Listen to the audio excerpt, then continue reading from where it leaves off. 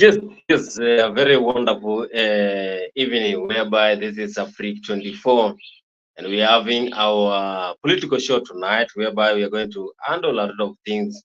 I welcome everyone who is watching this channel, which is AFRIQ24, and wherever you are tuned in, make sure you follow us in social media whereby you can get us in YouTube, you can get us in Facebook, Twitter, and we are live also in Twitter, and also we are live also in Instagram.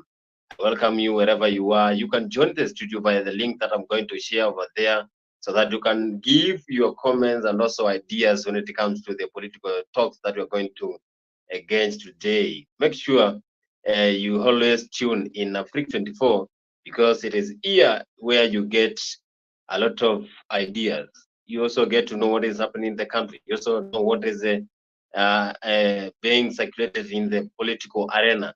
I also want to welcome those who are watching us from the abroad. You know, we have people who are watching us from USA. We also have people who are watching us from Kenya, Uganda, and also UK. I have Eli. I know is from UK, and I know he's going to engage us in this conversation. So you're welcome, and I have a lot of people who are going to join me in this conversation.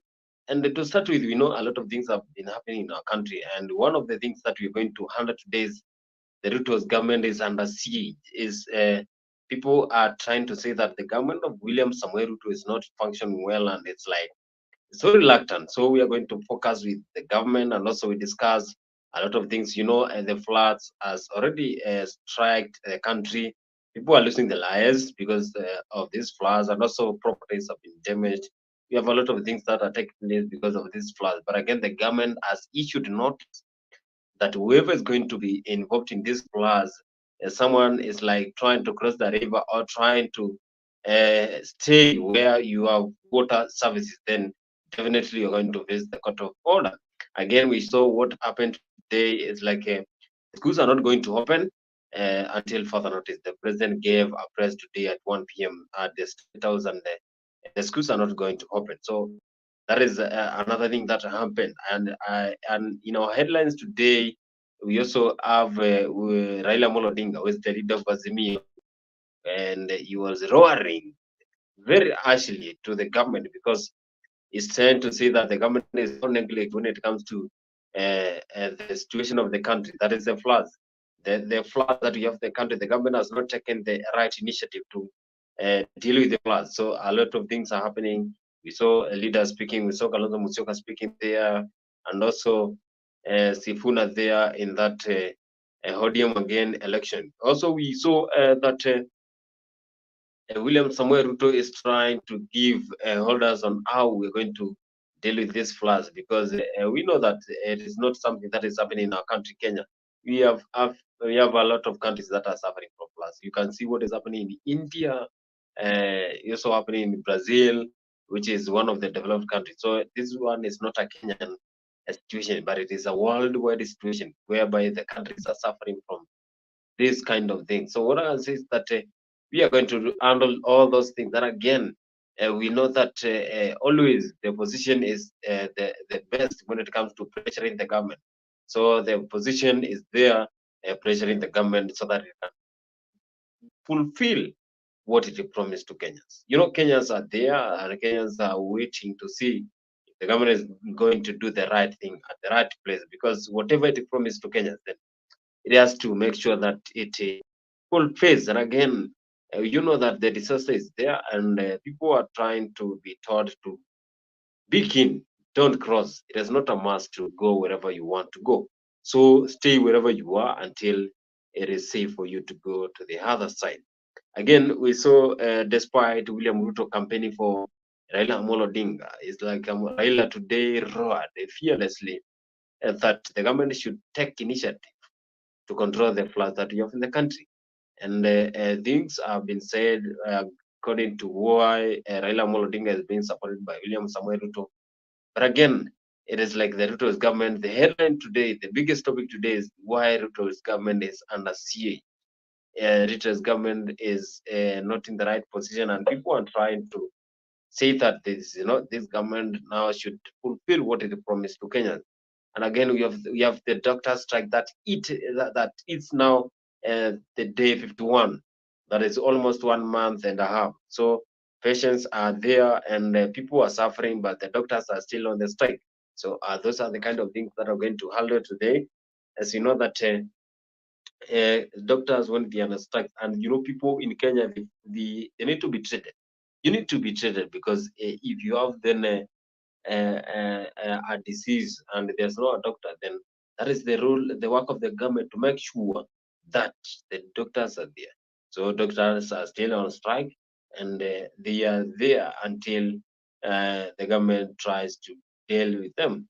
And Susan Akumicha has been there, and she is the head of the health system in Kenya. She's the cabinet secretary for the health system.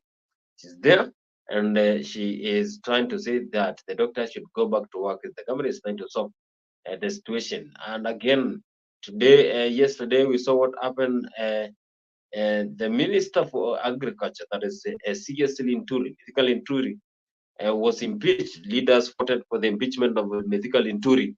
And now it is the work of the committee that is going to be selected to make sure that they hear what Linturi has on his bag. Then after that, it is time for the major decision now. But what I heard yesterday is like the MPs, we had a lot of MPs that voted for impeachment of Linturi, because I heard one of the MPs there said that the Senate said and the members of parliament. I also heard what the minority whip said, who is one of the leaders who support the government. So what I can say is that a lot of has happened in the political arena, and I welcome you in AFRIQ24. I am your host today. My name is Boniface Kimanzi, and we all want to make sure that you will be educated. And AFRIQ24 is one of the best platforms. Make sure you tune in AFRIQ24 for the best when it comes to sports. We have the Dimba show that happens every weekend. We also have the Bed of Roses, and that happens here. We also have the Dr. Shamba there, and also we have also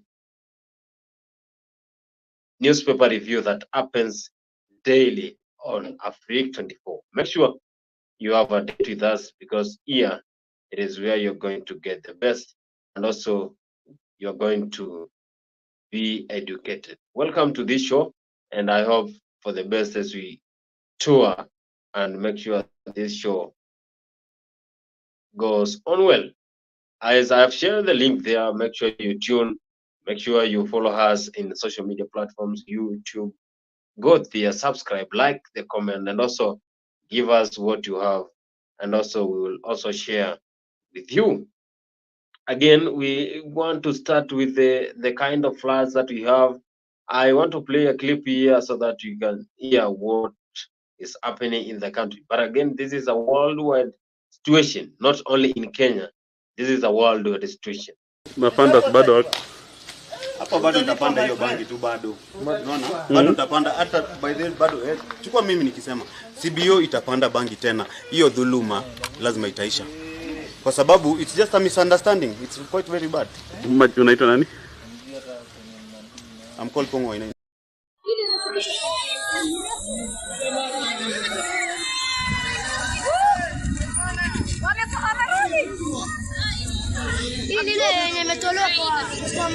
Mwambie ngoje wenzake. Wewe ngoje jamaa apite. Wewe. Angalia. Wewe. Hoya. Anafuza nini? Ngoja huyo jamaa apite, acha huyo apite. Huyo kuna nguvu, si ndio? Acha huyo ufuate.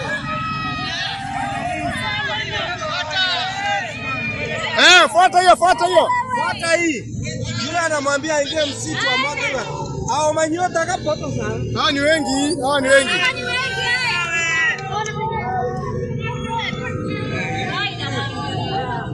Ana Mansuru ile nini inamwagika. Hiyo ni kubwa ile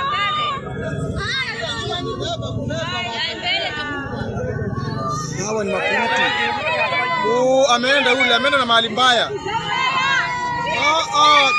Daya sana. Ameenda kwingine.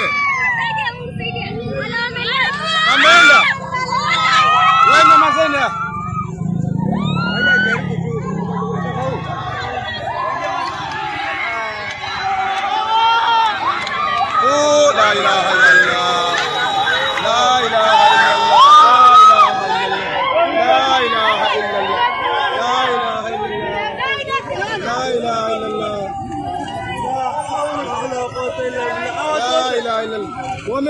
hiyo kitu. La ilaha illallah.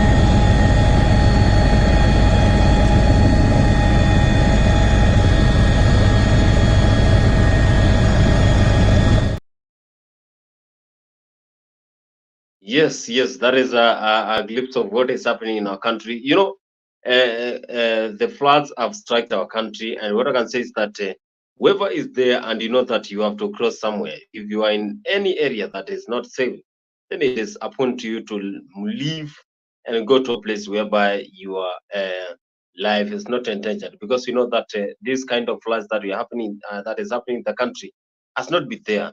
People have not experienced this kind of rain because it has been so long time. The last time Kenya experienced a lot of rains was the year 1997.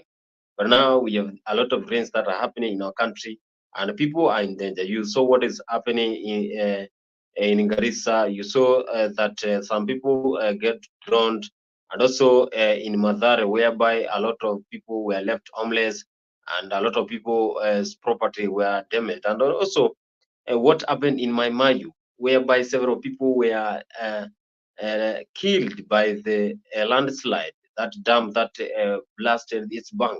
Then what I can say is that if you are there and you know that it's not safe to be there, so just leave peacefully, because your life is very important. People are trying to endanger their lives. People are trying to cross rivers and also the roads. You know that we have the problem of roads and also the drainage system. But again, as you complain about the drainage system, what we need to do is take care of yourself. If you have children, make sure they are not moving outside, because rains are everywhere and anytime the rains can come. So what you need to do is to take care of yourself before you request the government, because people have been saying that the government of Kenya is trying to neglect this kind of disaster. And one thing that I would say is that if you know it is so risky to go somewhere, stay there. And if you have to go, then make sure you are safe. And it is here in AFRIQ24 whereby we focus, and also we try to analyze things in the right way. We try to discuss and also give you the right way so that you can deal with these kind of things that are happening in our country. If you're not safe, then you need to understand that it is your duty to make sure that you are in the safe place. I also saw what is happening in Imara Daima. Imara Daima, it is in Embakasi. People they are shifting because the estate has been flooded. So if you have flooding in the estate, then that is endangering your life. Then you need to move out of that place. And this kind of rains, they don't understand whether you are rich or you are poor. They are going to come, and wherever you are, they're going to come to you. You saw what is happening in Kitengela, and also what happened in Adrifa. You saw what happened in Green Park. Those are the areas where rich people live there. But again, the waters are there. Also, what happened in Joska. It's like this thing is a countrywide disaster. And I heard Raila Odinga, who is the leader of Azimio, today saying the government should declare this as a national disaster so that the European countries that have that ability to help the country, then they can help. But Azimio leader Raila Odinga is saying the government of William Samoei Ruto is so reluctant to extent that they cannot even follow and try to care for the citizens of the country.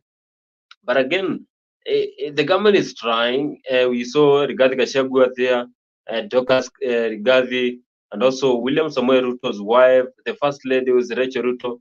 They are trying to help those people who have been struck by the flood. But again, as the country tries to help them, then we have to take the mandate as the citizens of the country. Take care of yourself.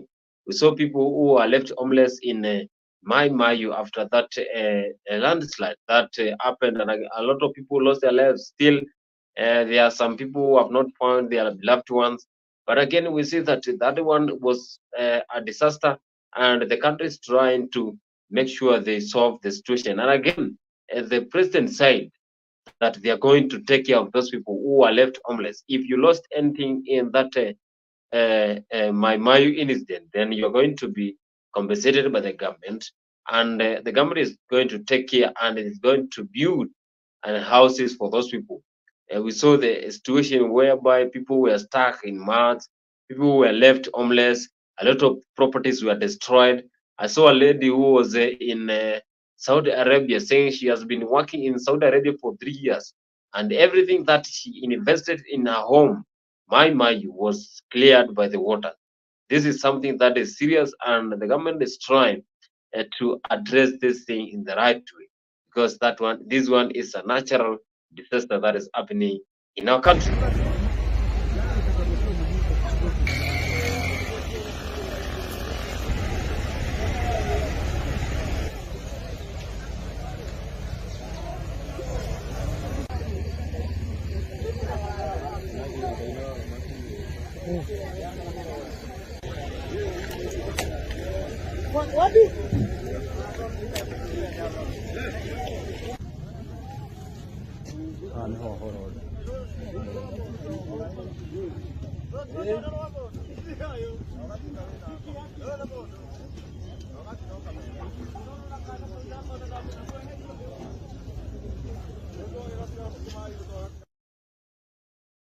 That was a situation in my Mayu whereby a lot of properties were destroyed by the water, and people were left homeless. People were left stranded. But again, that is something that is uncontrollable. That is nature. And a little did people knew that this thing is going to happen. If people had the idea that these waters are going to come, then they could not be there. People could not have lost their lives. But again, the waters came unexpectedly. But we have the Rigathi Gachagua giving advices on how tuko na kila mtu hapa anajaribu kuokoa maisha na kujaribu kusaidia, na nafikiri tutasaidiana. Kwa hivyo tumekuja pia kuleta usaidizi kwa ile primary school. Watu wale wako katika area ambaye tunaona tunaweza kuwa na shida watasonga hapo. Tumekuja na mattresses karibu 1000, tumekuja na blanketi, tumekuja na chakula, na tutaendelea kuleta chakula zaidi, tutaendelea kusaidia mpaka tuone ya kwamba hatupotezi maisha na tumelinda watu wetu. Tukifikiria tutafanya namna gani. Na hili shida limekuja ni ile inaitwa natural calamity. Sio serikali imesababisha, sio chief, sio wewe. Hii ni mambo ya Mwenyezi Mungu. Sisi tuliomba Mungu atusaidie mvua ya kuzalisha chakula, na tunaendelea kuomba Mwenyezi Mungu atusaidie mvua nzuri ile ya kuzalisha chakula.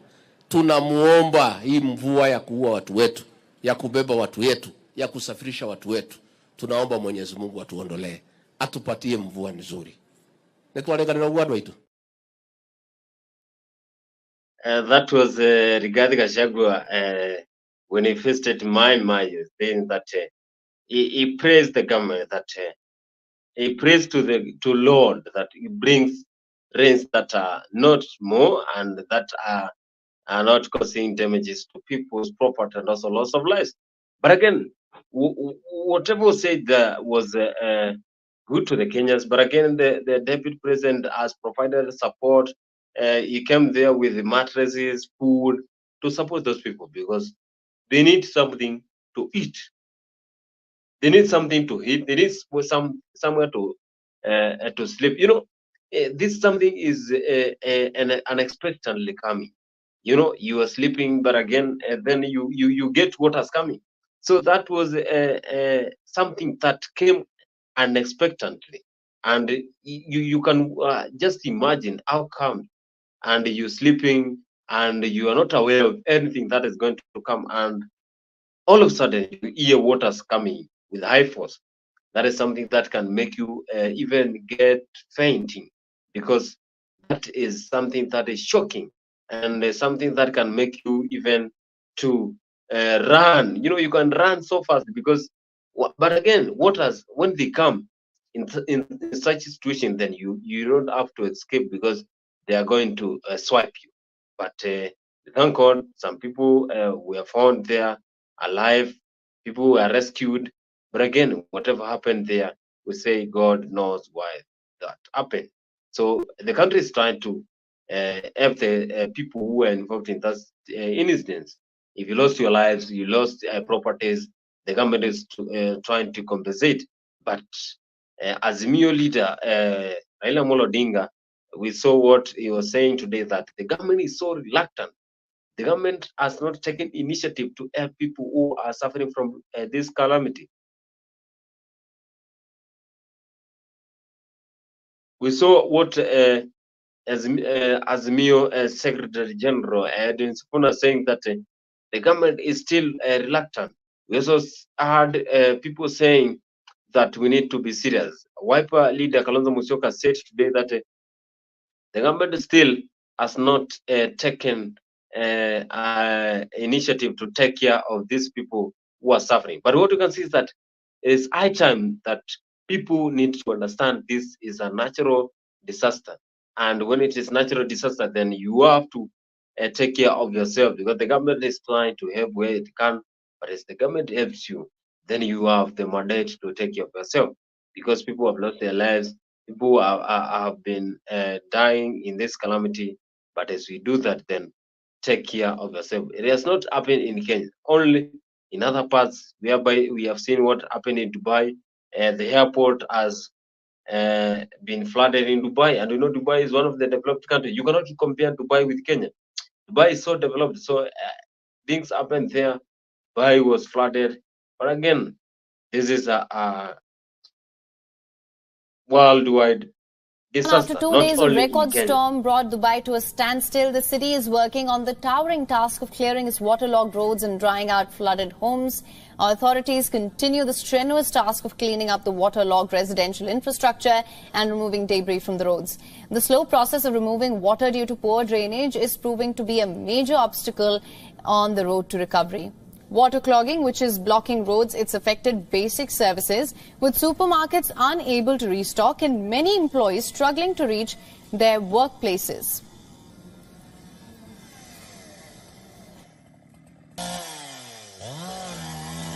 Overnight flash flooding led to some massive devastation. So far, 71 people have died here, and they fear that more may still be buried under the rubble and the mud. So what we're seeing here are first responders from the Kenya Red Cross. They've been told by locals that they've been hearing a phone vibrating, and they think there could be someone or some people still buried under here. So what they're trying to do is to clear these trees that have gathered here, some iron sheets, the roofing of what was definitely a house that was blocked by that fence, and some rocks that were used in building the house, to see if they can figure out what's happening under there. Is it just a phone that's on its own, or is there an owner of that phone that's still buried under here? And that is a search and rescue operation that's been happening throughout the day here in Maimahiu, just about an hour and a half northwest of Nairobi. This entire field was the path of the water overnight, and it swept through everything in its path. The homes that were here, the people that were here, and everything they owned is all gone. A good example is over there. You can see a car that's partially lodged on a tree. That car was swept almost 500 meters from the hills to get there. The only reason why it stopped there is because there's several trees blocking its way. But that's been the devastation been seen here in this Maimahiu is a town in Kenya's Rift Valley. They've seen some previous flooding, but nothing to this extent. Previous reporting said it was a dam that's burst its banks, but locals tell us that is not exactly what happened here. There is an old railway line here with a culvert, a tunnel under it that was blocked because of continuous rainfall. And yesterday the water just blew right through it and swept through everything in its path. This is the worst devastation Kenya has seen since the rains began back in March. Overall, nationwide, at least 103 people have died from these heavy rains in Nairobi and other parts of the country. The government has had to postpone the reopening of schools nationwide for at least a week to avoid endangering the lives of learners. And there's been people in different parts of the country trying to cross some rivers, getting swept away, people being asked to move to higher ground. Some of the worst devastation is here in Kenya, but it's across the region. In Tanzania, like you mentioned, 155 people confirmed dead. It's a problem across the region that still the forecast says more rain is coming. More rain, which is, of course, what no one wants to hear. You mentioned the government closing down schools over safety concerns. What else has been the government response, specifically in the area where you are now, in the wake of that potential dam break? The government has set up a more... Yeah, that is what happened in Maimahiu. Cars were left without their owners. People died, and again, that is a natural disaster. And back in the March, since we started experiencing this kind of rains, we have never seen what happened in Maimahiu, and we see that wherever happened there, if you lost your loved one, you lost your properties, you suffered from that instance. What I can say is that. May God comfort you, and things will be okay, and things will be better, because that one was unexpectedly. So those are the kind of things that are happening in our country. The disaster comes first because the citizens of the country in Kenya are suffering. Everything is going astray, because you can see what happened today. The president announced that the schools are not going to open. Schools are not going to open again because we have this disaster that is happening in our country. Again, this reflects what happened back in 2020, whereby we had a corona. A school's calendar was changed, and again, people were doing things in just indoors. And now we have a problem with network, because if we all add that digital country that is transformed from analog to digital, then students could be learning in school, students could be doing the homework while in home, at home. But again, now they are at home, but we have some people who doesn't have that capability to have that network, and also to carry on classes by Zoom. But again, the schools are still closed until further notices. The president gave the press today that we are not going to open the schools because they feel that it is not safe for the students to go back to school, as we know that this is the future of our country.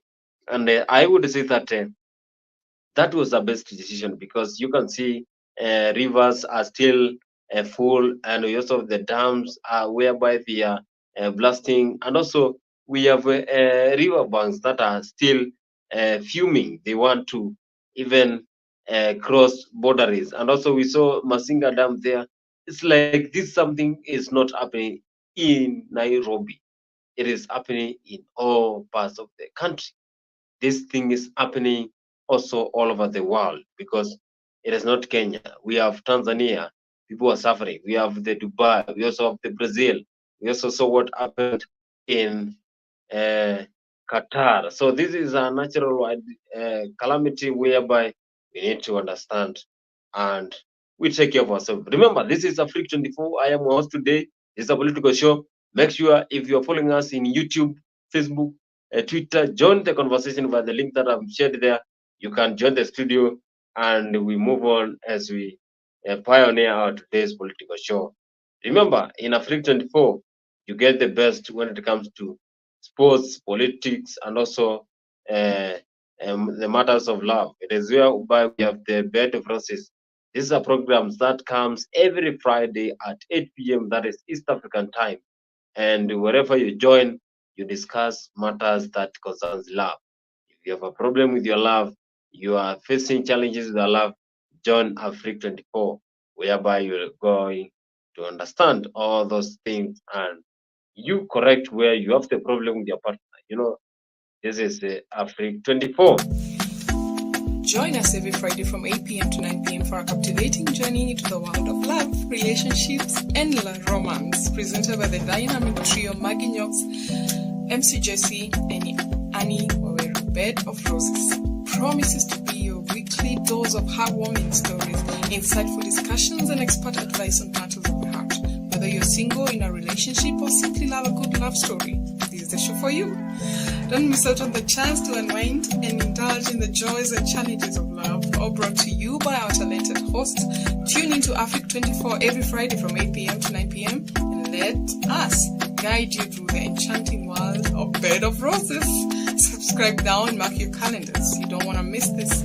See you there.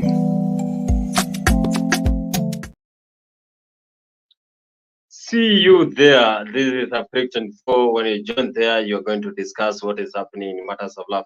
And again, as we shift from the natural disaster that is flooding, we know that our situation in the country has been so worse because the doctors are on strikes, and people are saying that the doctors have been complaining. They have been giving their grievances for a long time, but the government has not realized that the doctors are striking to give force for their grievances. That again, the government is saying that still they don't have money.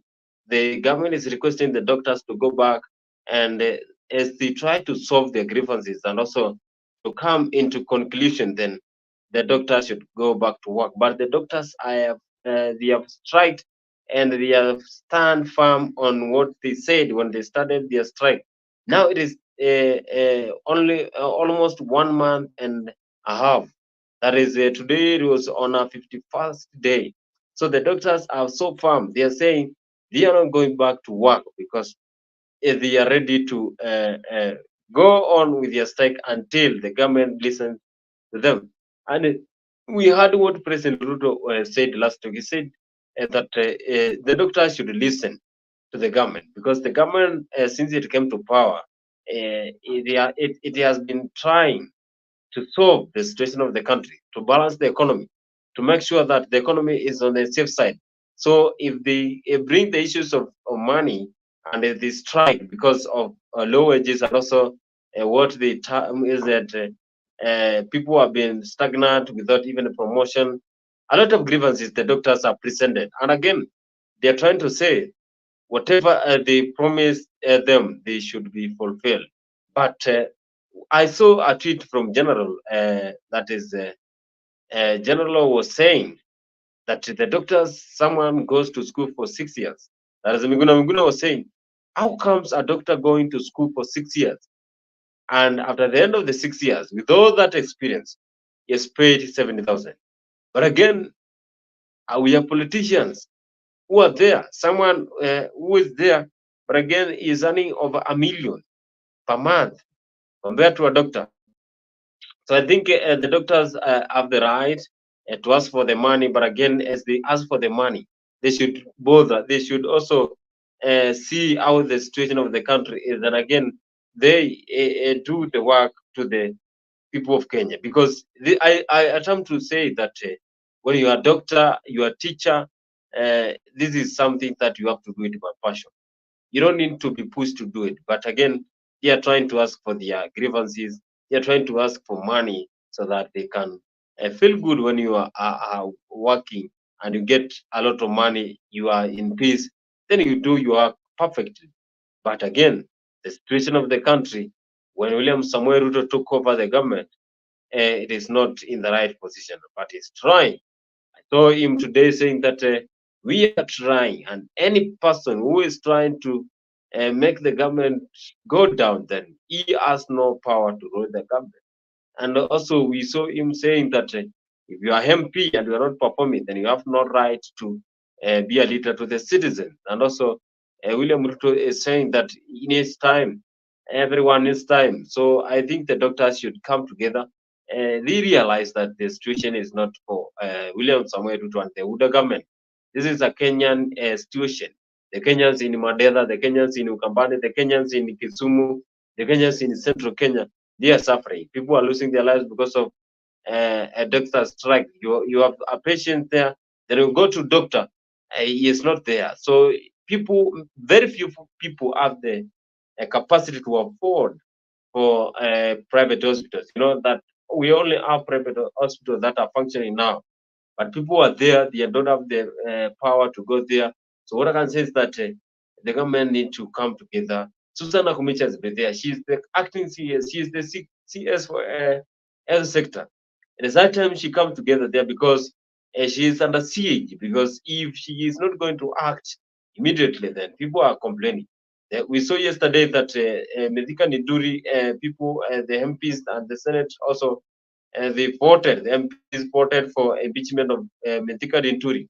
So after Mithika Linturi, now we are going to CS Nakumicha, because as they go there and vote, then they are going to make sure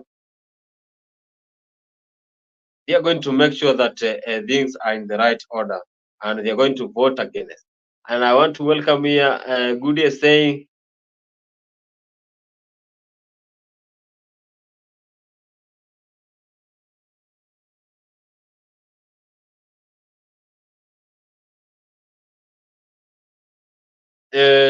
things are not in the right order. So the CS is going to act on the kind of job. Job Ruto is saying, I don't think the government needs to declare national disaster. We can go through this without more death if we exercise extra caution. Yeah. But you heard what Raila Odinga said. You know, Raila Odinga is the president of the people. You know, we have the president of the nation, and also we have the president of the people. I heard William Ruto saying that they are trying to make sure they curb this situation in the country. But again, Raila Odinga today roared fearlessly. He's not fearing. Again, despite the support William Ruto is trying to give him, is saying that the government should declare this thing a natural disaster, because if they don't declare a natural disaster, then we are not going to get help from the countries in abroad. It's like we depend on our countries in abroad to get money and support. Why can't we just support ourselves on our own? I think we can do that on our own so that we can move as a country without depending on other countries. Because if you depend with other countries, then it's high time you lose or you suffer, because it is not all the time that the countries are going to support you. You may rely on them, then at times you can fail to get the support. Then that is where things go wrong. But we need to handle this situation because Kenyans are suffering. So we are as tackling the issues of the doctors. You know, I have seen a clip today whereby there was a patient in one of the hospitals, and she was suffering from a labor pain. You can just get that imagination whereby you have a patient and they're suffering from labor pain, but again the doctor is not there. So here you are endangering a life of the mother and also a life of the kid, and also here of the infant. That is, so the government now should handle this situation in the right way, because Kenyans are suffering. Because when I watched that video, I was so emotional, because how come someone is suffering on a labor pain, and again there's no support, there's no help? So it's high time CS Nakumicha does what is necessary, goes to the government. He has the right to go to the government and talk to the president directly, because you are the CS. You cannot be elected the CS, yet you cannot just converse direct to the president. Tell the president direct that, you know, Mr. President, here people are suffering, and we need to handle this situation because it is endangering my work, it is endangering my ministry. If I can ask you, some of the people today are asking, what has CS Nakumicha done in the Ministry of Health? What does CS Linturi done in the Ministry of Agriculture? What there are some of questions that you cannot even answer, because people are saying you are not performing, and you were elected as a cabinet secretary. This is the house of the government. William Ruto elected the cabinet so that they can help him run the government. But again, the CS are there. They are trying to even bring down the government. You saw yesterday CS Linturi was impeached. he is one of the secretaries, cabinet secretary, who are taking part in one of the sensitive ministries. I say one of the sensitive ministries is the Ministry for Agriculture, because you know that when you are in the Ministry of Agriculture, this is a ministry where you have to deal with the food situation of the country. Here, you are the key of the farmers. You are the key of food products. You are the key of everything that is consumed by the citizens. Kenyans are suffering. You know, it was last month whereby Kenya said that they are going to demonstrate because they were given fake fertilizer. And when the CS for Agriculture went there in one of the media houses, in front of the cameras, he said that there was not fake fertilizer. Yet, the deputy president confirmed that, yeah, sure, there was a fake fertilizer. So that was the high time whereby the MPs yesterday voted for the impeachment of Linturi. And now after the impeachment, then the 11 members, then they're going to discuss on what next. Goodyear is saying Raila Odinga is up to good. Raila came back from Dubai, then straight away is pleasing the Americans for having 3 meetings, then calling Ruto'S, which did not do because he wanted Ruto's support. Yes, Raila Odinga, I heard him saying that they came from Dubai and he came from aboard yesterday, and today he went directly to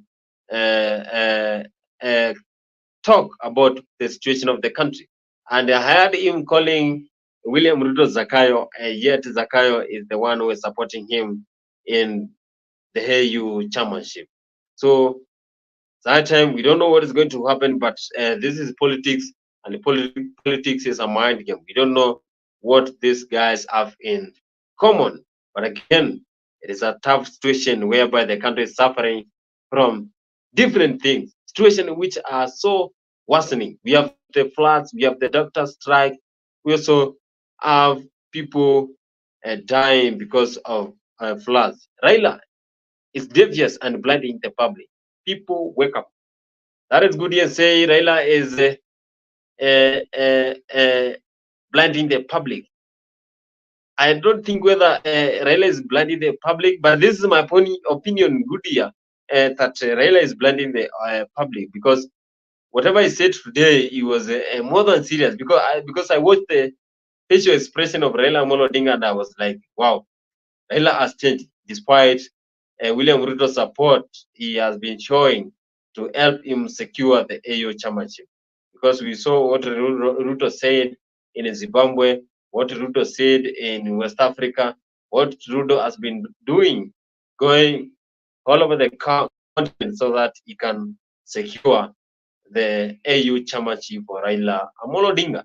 But this is a politics. These two guys, despite them meeting in Uganda, Yoweri Museveni, in Yoweri Museveni place, now Raila Odinga asked the guys to call William Ruto Zakayo. But again, William Ruto said that Zakayo is the name and he is ready to be called Zakayo. Instead, he has accepted that name. But again, he said, you cannot be calling him Zakayo yet you're not paying taxes. He says that the tax is one of the major things that is being considered in his government, because he said with the time we will not be depending with European countries.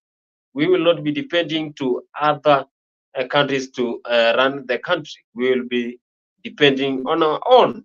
He says that that is what is driving so that the country can move on without dependency. You know, if you depend with other countries, then sometimes they can fail.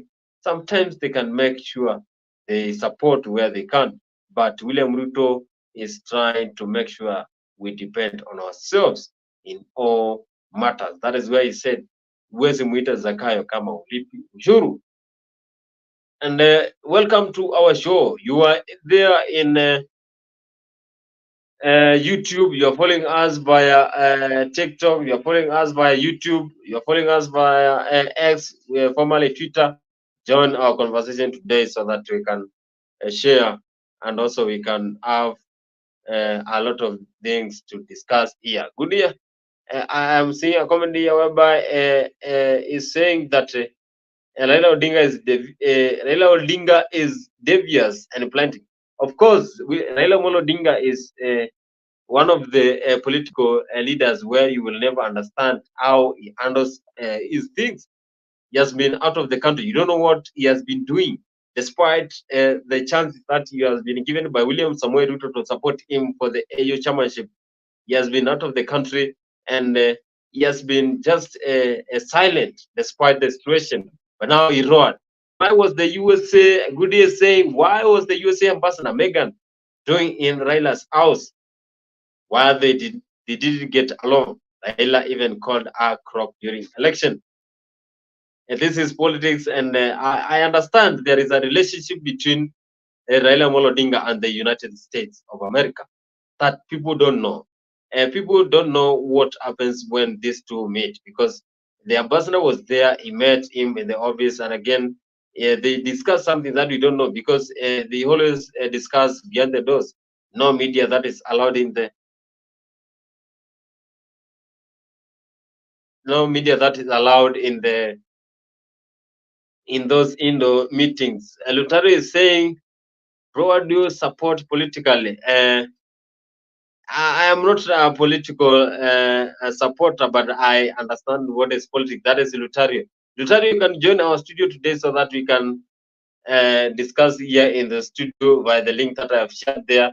But Raila Odinga moving out of the country silent is like he is trying to get support from the other countries. Maybe he went to Nigeria, maybe he went to Morocco, maybe he went to Algeria without us knowing.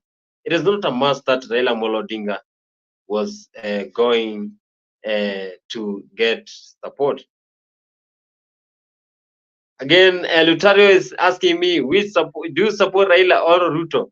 Of course, I support Raila Odinga. But again, this is a neutral ground whereby you need to come in the studio and share your opinion, because everybody has his own ideas, opinions when it comes to politics. You know, this is something that is affecting our country. This is where the country is run. This is where people try to get into conversations to make the country move in the right way, because without leaders, then we are not in the right position. Goodyear is trying to say that many of Kenya is a con. That is a comment from one of our followers here, and he is our ambassador. Goodyear trying to sell Kenya is a con. But again, you know, when it comes to politics, then you have to understand that things might be changing when it comes to politics, because I saw ODM today leaders meeting. I saw Joe, I saw Sifuna, I saw John Bandi. They were talking about the next king, the next king pin who is going to take over after Raila Odinga. But again, as I watch the clips, as I watch the press when people are talking, it's like the ODM side is not in the safer side, because every person there was roaring, not Joe and not Buddy, but the comment that were made by Buddy were so serious. So Lutario is saying, I see you, need to guy, respect you. Thank you so much, Lutario. And I want you to join this studio so that you can share with us. Goodyear today joined the studio, one of our ambassadors, and you tell us what you think about. Goodyear is saying, whom do you support? Oh, this is a neutral ground, you know. And when it comes to a neutral ground, then things are not leaning on either side. You need to neutralize, because every person has his own interest. I have an interest in different political leaders. The same way I love how vocal Edwin Sifuna is. The same way I love how vocal some of the leaders are, because you need to have those people who help you, who mold you, and also you look up to, because they also keep you going. Again, what I can say is that politics is a mind game, and William Samoei Ruto government is not in safe hands, because people are complaining that there might be a reshuffle of cabinets. People are saying that the cabinet secretaries are not in the right position to perform. They are just reluctant. They are just moving out of the country. They are doing luxuries. And also, they are not being recognized in the right way how they are performing. Geoffrey Ruto is, I don't recognize people's president. That is a comment from our followers. I don't recognize people's president. These are culprits who are there to benefit from billions that come with the declaration. Yeah, that is Geoffrey Ruto is saying he doesn't recognize people's president. You know, we have the president of the people. That is what people say. When you go to the ground and ask people what do they consider, whom do they consider their president, people will say that even the small children know who is Raila Odinga. But when it comes to the president of the nation, then we have William Samoei Ruto. But when you go to the ground and ask people who is the president of the Kenya, people will say Raila Odinga, because Raila Odinga, when he says that we can go back to the street, then people directly will say Baba has declared a national mandamano, and people will go to the strike. I heard him saying today that last year when he called for mandamano, the police, when they were in Imara Daima and also other parts doing those demonstrations, the police tried to demonstrate, but they could not even handle it in the right way. They killed a lot of youth, and people did not even get pleased with what happened with the police. And Raila Odinga said that today, whoever was involved in those demonstration and was killed, then they prayed for it, and the country is in the right place. The country is at peace. But do we agree that the country is at peace? Yet the doctors are on strike. Yet the floods are affecting our country. But again, these are natural disasters. The same way Corona came into our country back in the year 2020. It was unexpected, but people tried to help each other. The country tried to minimize ways of conducting this Corona, and we are here now on this natural disaster, that is floods. But again, God knows why we have this flood. We leave it to God, and He knows when to end this floods. We heard the Deputy President saying, we pray for the lesser rains that cannot cause destruction of the properties, and also that cannot lead to loss of lives. This is a high time that people pray. If you don't pray, make sure you pray. This is AFRIQ24, a political show that we are tackling issues that are affecting our country, and we give opinions. Here we welcome you to give ideas. Welcome to the studio. Welcome, and also share your ideas, and also we pioneer our show in today's program. And also I can see a lot of comments here. Good day saying, whom do you support? Yeah, good day. That is my stand. And again, you can join. You can give the opinion. You can give the ideas. Why do you support Raila? You know, in Kenya, we have two parties that are strong. UDA came just recently, but now it is the ruling party. We have UDA and the ODM. ODM is led by Raila Odinga. Raila Odinga is the leader of the ODM, and William Samoei Ruto is the leader of UDA. Now, these are two parties that are fighting head-to-head to each other. ODM is the opposition, UDA is the ruling government party. So, there's the work of the opposition to pressurize the ruling party to fulfill what it promised to the Kenyans. Because you can see, I have seen today, people are complaining about the disaster that is happening in Nairobi. And you know that Nairobi, formerly Nairobi, during the colonial time, this area was occupied by the Maasai. I know people went to school, they understand what history means. And history says that Nairobi was a place of cool waters. And the Maasais were the people who were occupying this land. And you know, Nairobi, it is not based on geographically. Nairobi is not in a slopey side, so that's why sometimes we have these floods, and the drainage system, of course, it is poor. But the county government of Nairobi is trying to solve. I have seen today youth clearing drainages, youth clearing those trenches. But again, it is the work of the county governments to make sure that they do their best, because it is their mandate to perform and give their work to the Kenyans. AFRIQ24 Political Show. I am a host today, and I wait for the guys to join. I welcome you to give your comments here, because when you give your comments, then definitely we are going to hear them in our show.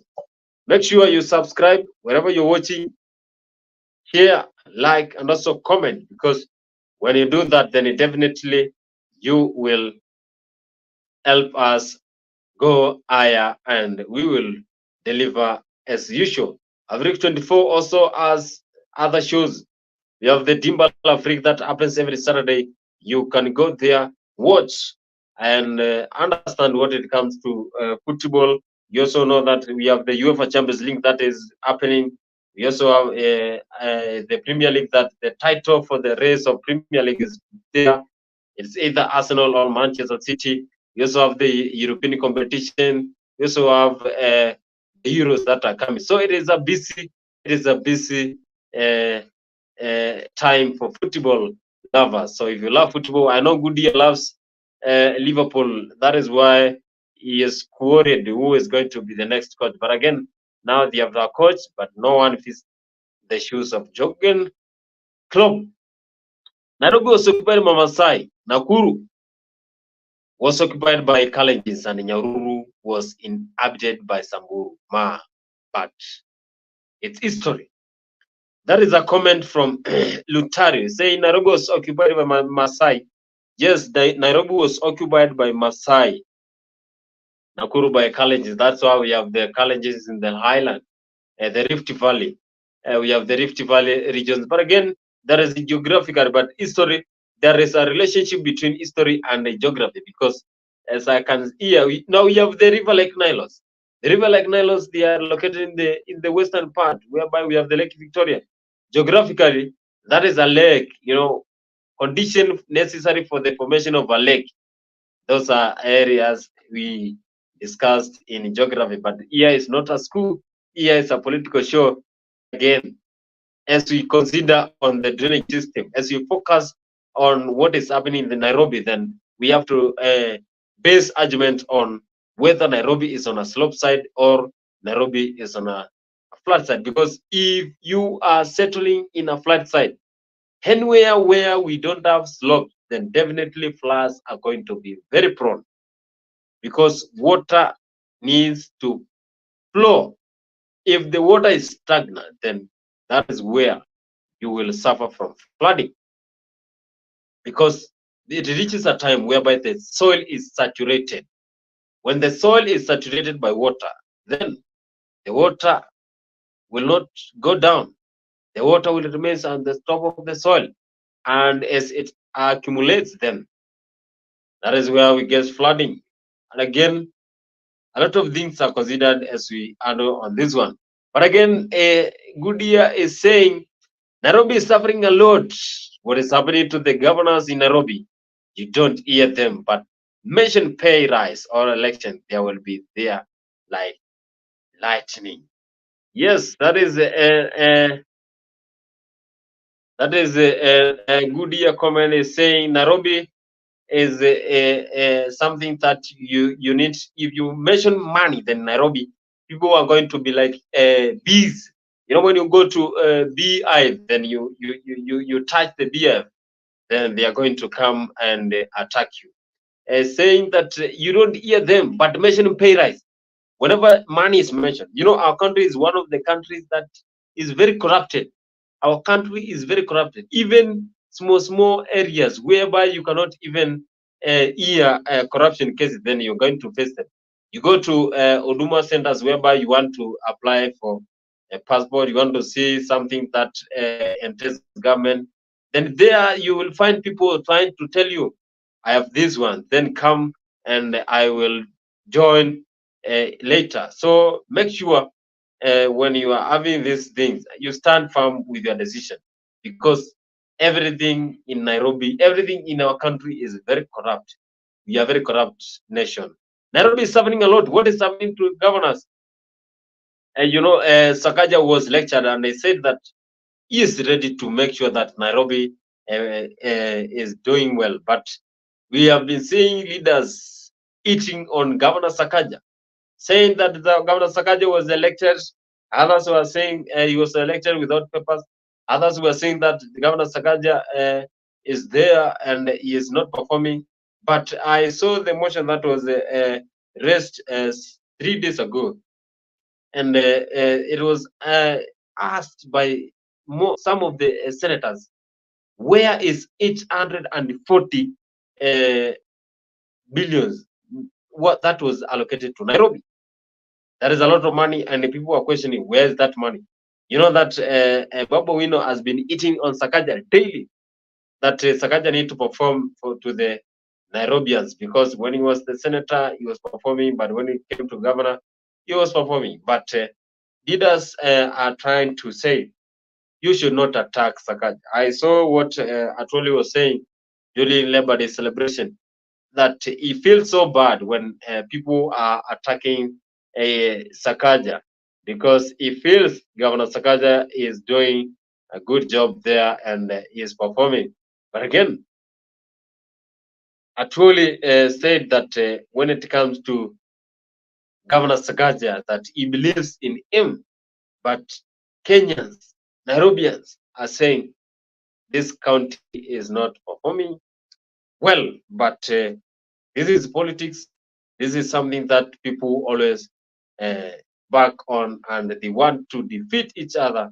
And this is something that is not meant for the light ones. You need to be heavy so that you can feature in politics, because politics is not meant for people who gives up. Same way, Raila Odinga has been there. Raila has been saying that when you want to join ODM, you need to be sure that this party is meant for people of Kenya. You cannot join this party if you are trying to be on one side. But again, you cannot be this party leader, yet you are trying to control one side. And as I heard MP John Badi today saying, John Badi today was saying that there is no leader who is going to rule this party, yet they are trying to support Raila Odinga for the AU chairmanship. John Badi said that they are going to remain with Raila Odinga, but Raila Odinga is going to be the chairman of AU. How will he be dealing with the situation of the country? Yet he is going to be a chairman of AU. So they need a leader. I heard even Joe saying, this time around we are going to be hard on each other. They are not going to allow anyone to come in between them. Kama ni mbaya ni mbaya, kama ni mbaya tena mbaya na wao. Hivyo ndio Joe alikuwa anasema wakati walikuwa na hiyo mkutano ya ODM.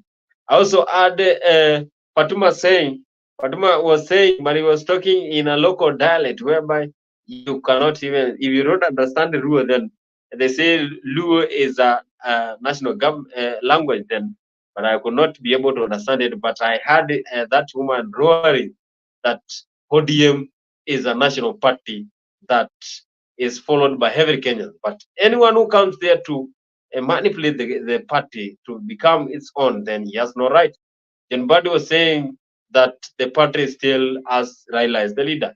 I also heard Kaluma saying, MP Kaluma saying that if you're not supporting Raila Odinga for the president come 2027, then they don't know whether you are supporting the right party. I'm joined here by Mzalendo. Good day saying Ruto said that he prayed for rain.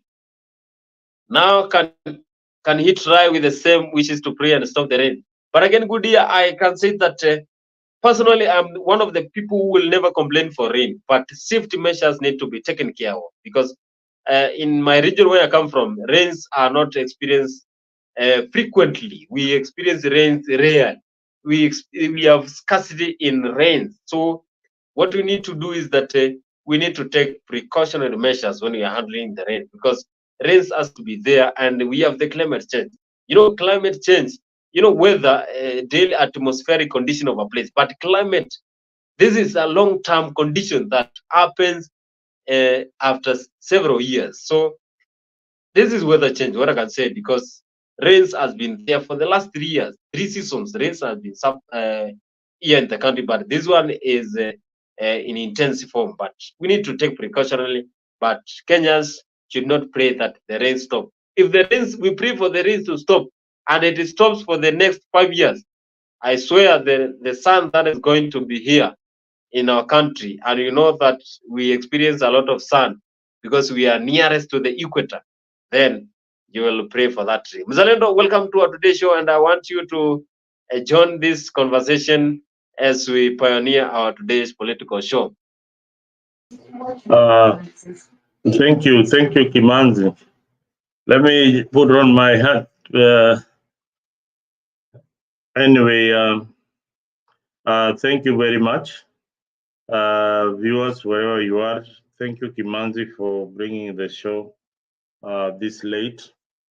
And I want to say that it's unfortunate that what we are experiencing in the country is as a lack of, proper government coordination in its activities, and what you see in the country is something that should have been well thought of by the administration, especially the long rains or even the El Nino. I remember during Moi's time, we used to build things called gabions and all that.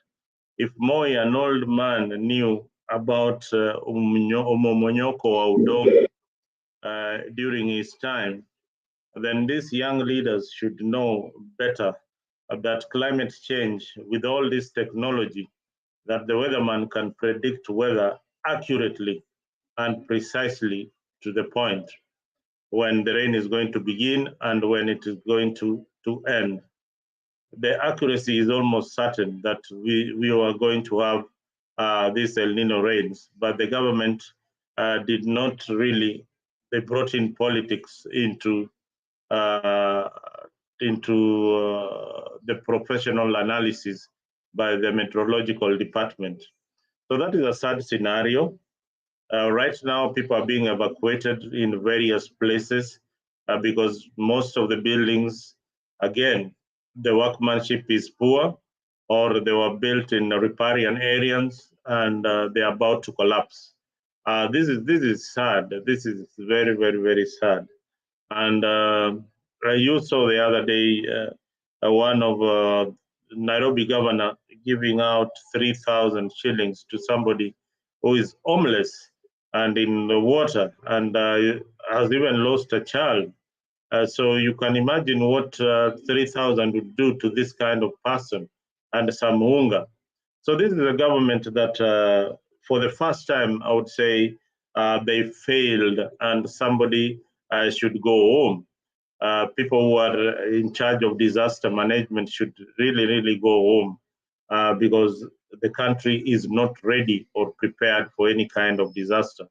Look at the water wastage that is going on, and we are going to have a dry season that is coming up.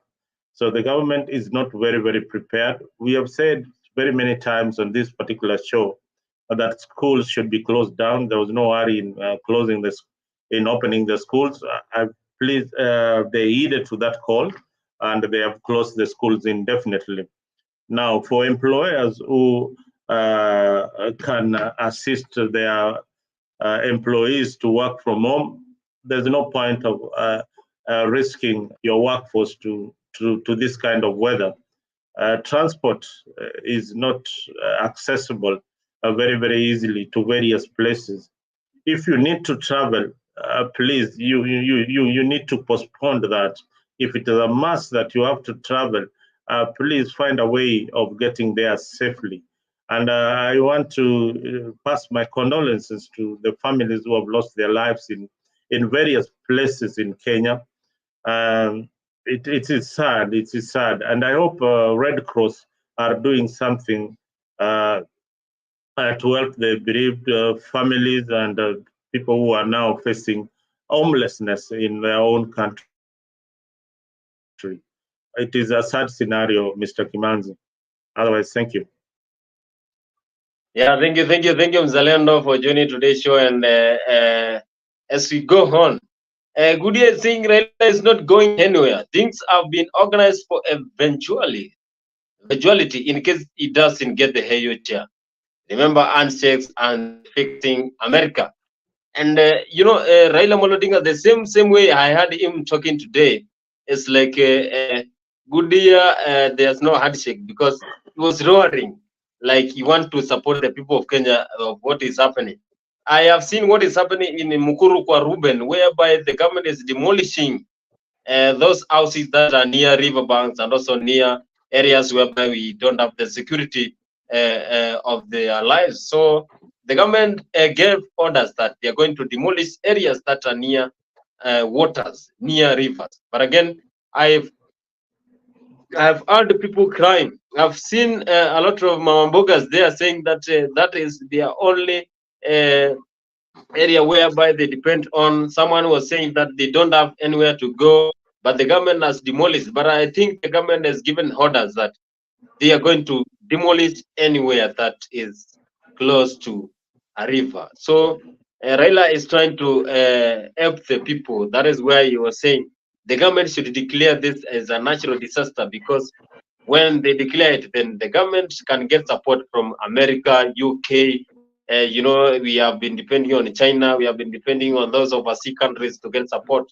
But when you get the support, now it depends on how you're going to give it back, because at times you get the loans, and the loans you need to pay back.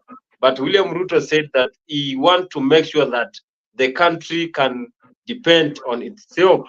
The country can get money from itself. That's why everything is going to be taxed. Even crossing the road, you will be taxed. Mzalendo, we are focusing on the Ruto's government, despite now we have the doctor strike that eat now 51 days, and that is almost 1 month and a half. People are suffering. I've seen a video whereby there is a woman who was in one of the public hospitals, and he was crying. She had a labor pains, and she went there, but there was no doctor, and she was filmed. In our country, we get film everywhere. She was filmed crying that she needs help so that she can deliver. How do you see about the situation in our country whereby the doctors are on strike and people are suffering? Zaleno. You see, right now is when we need leadership in the country. Right now, we don't need to do a lot of politics with the current situation. Right now, we need solutions to the problems that is affecting the country. The issue of the doctors, I've said it many, many times on this particular platform, that the issue of the doctor is something that is affecting each and every county, the 47 counties in Kenya. Now, don't be surprised and that health was devolved to the counties, and the county government have got a very good budget, over 8 billion Kenya shillings each and every time, but they don't want to pay the doctors. They don't want to pay the doctors. I've not seen the chairman of devolution coming in to find a solution. I've not seen the governors holding a very urgent meeting with the president to find a solution. Remember, county governments are funded by taxpayers' money, and most of the monies go to private accounts. This is the scenario in most parts of the country.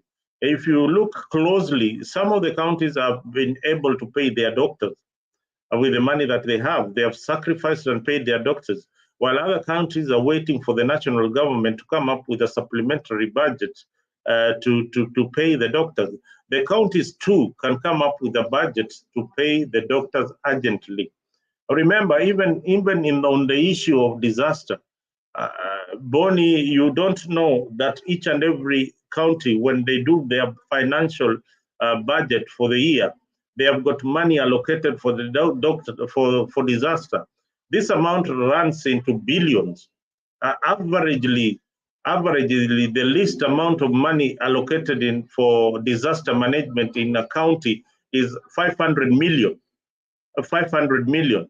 But look, this is the first time we are having a disaster of this magnitude.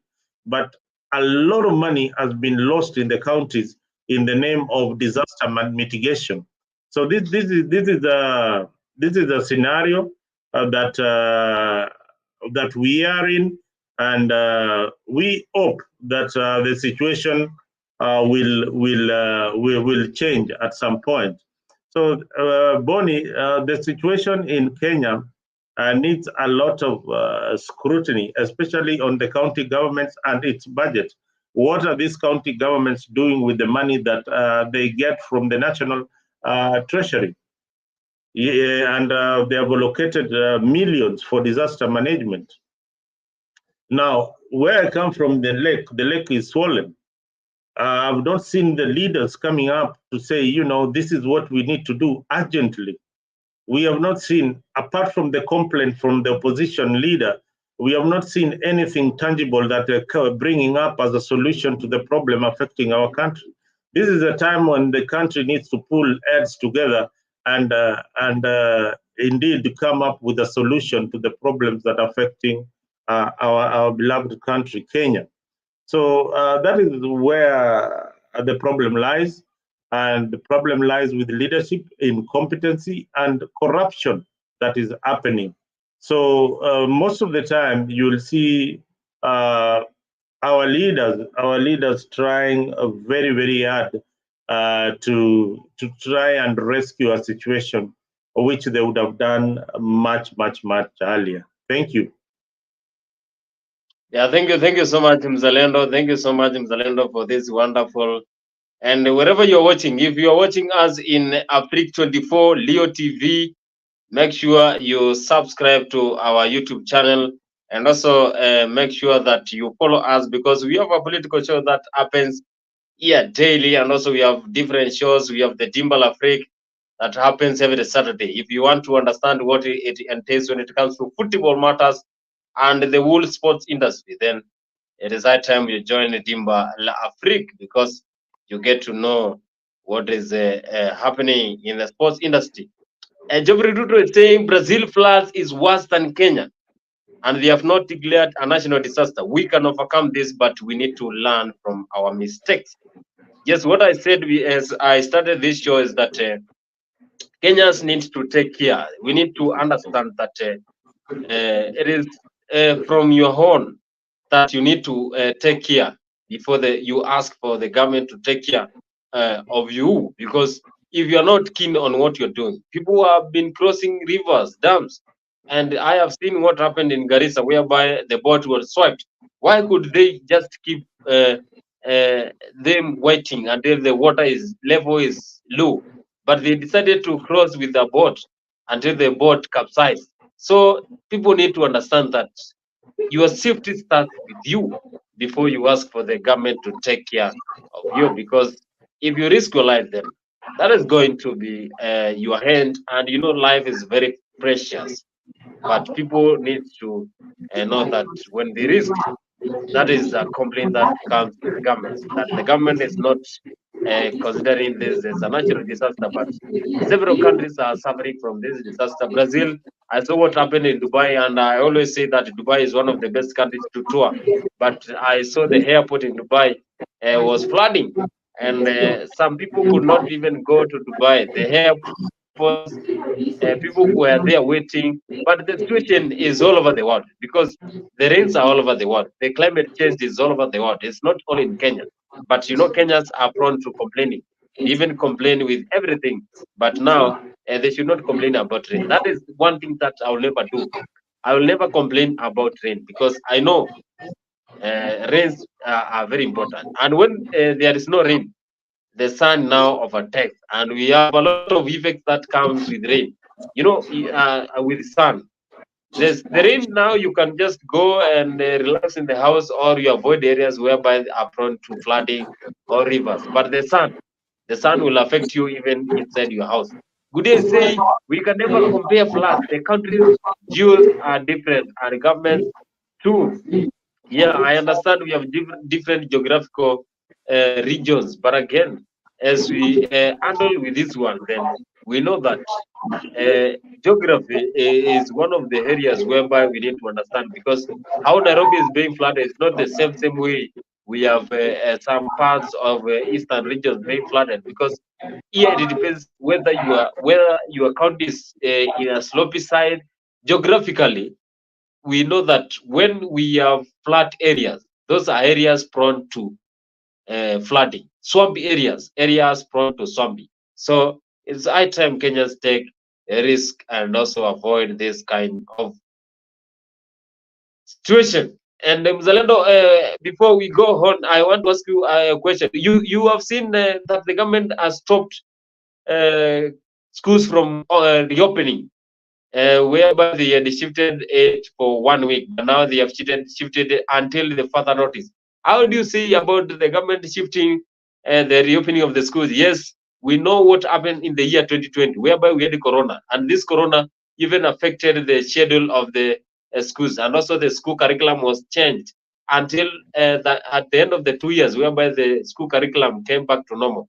How do you see about this situation whereby the government changed the school curriculum? Now it's like we want to change it again. Do you see this one affecting the education sector? I don't think you know, life is so important, Mr. Boni. You know, education can be postponed, but your life, when you lose it, you can't get it back. I don't think there is anything wrong with postponing the opening of schools.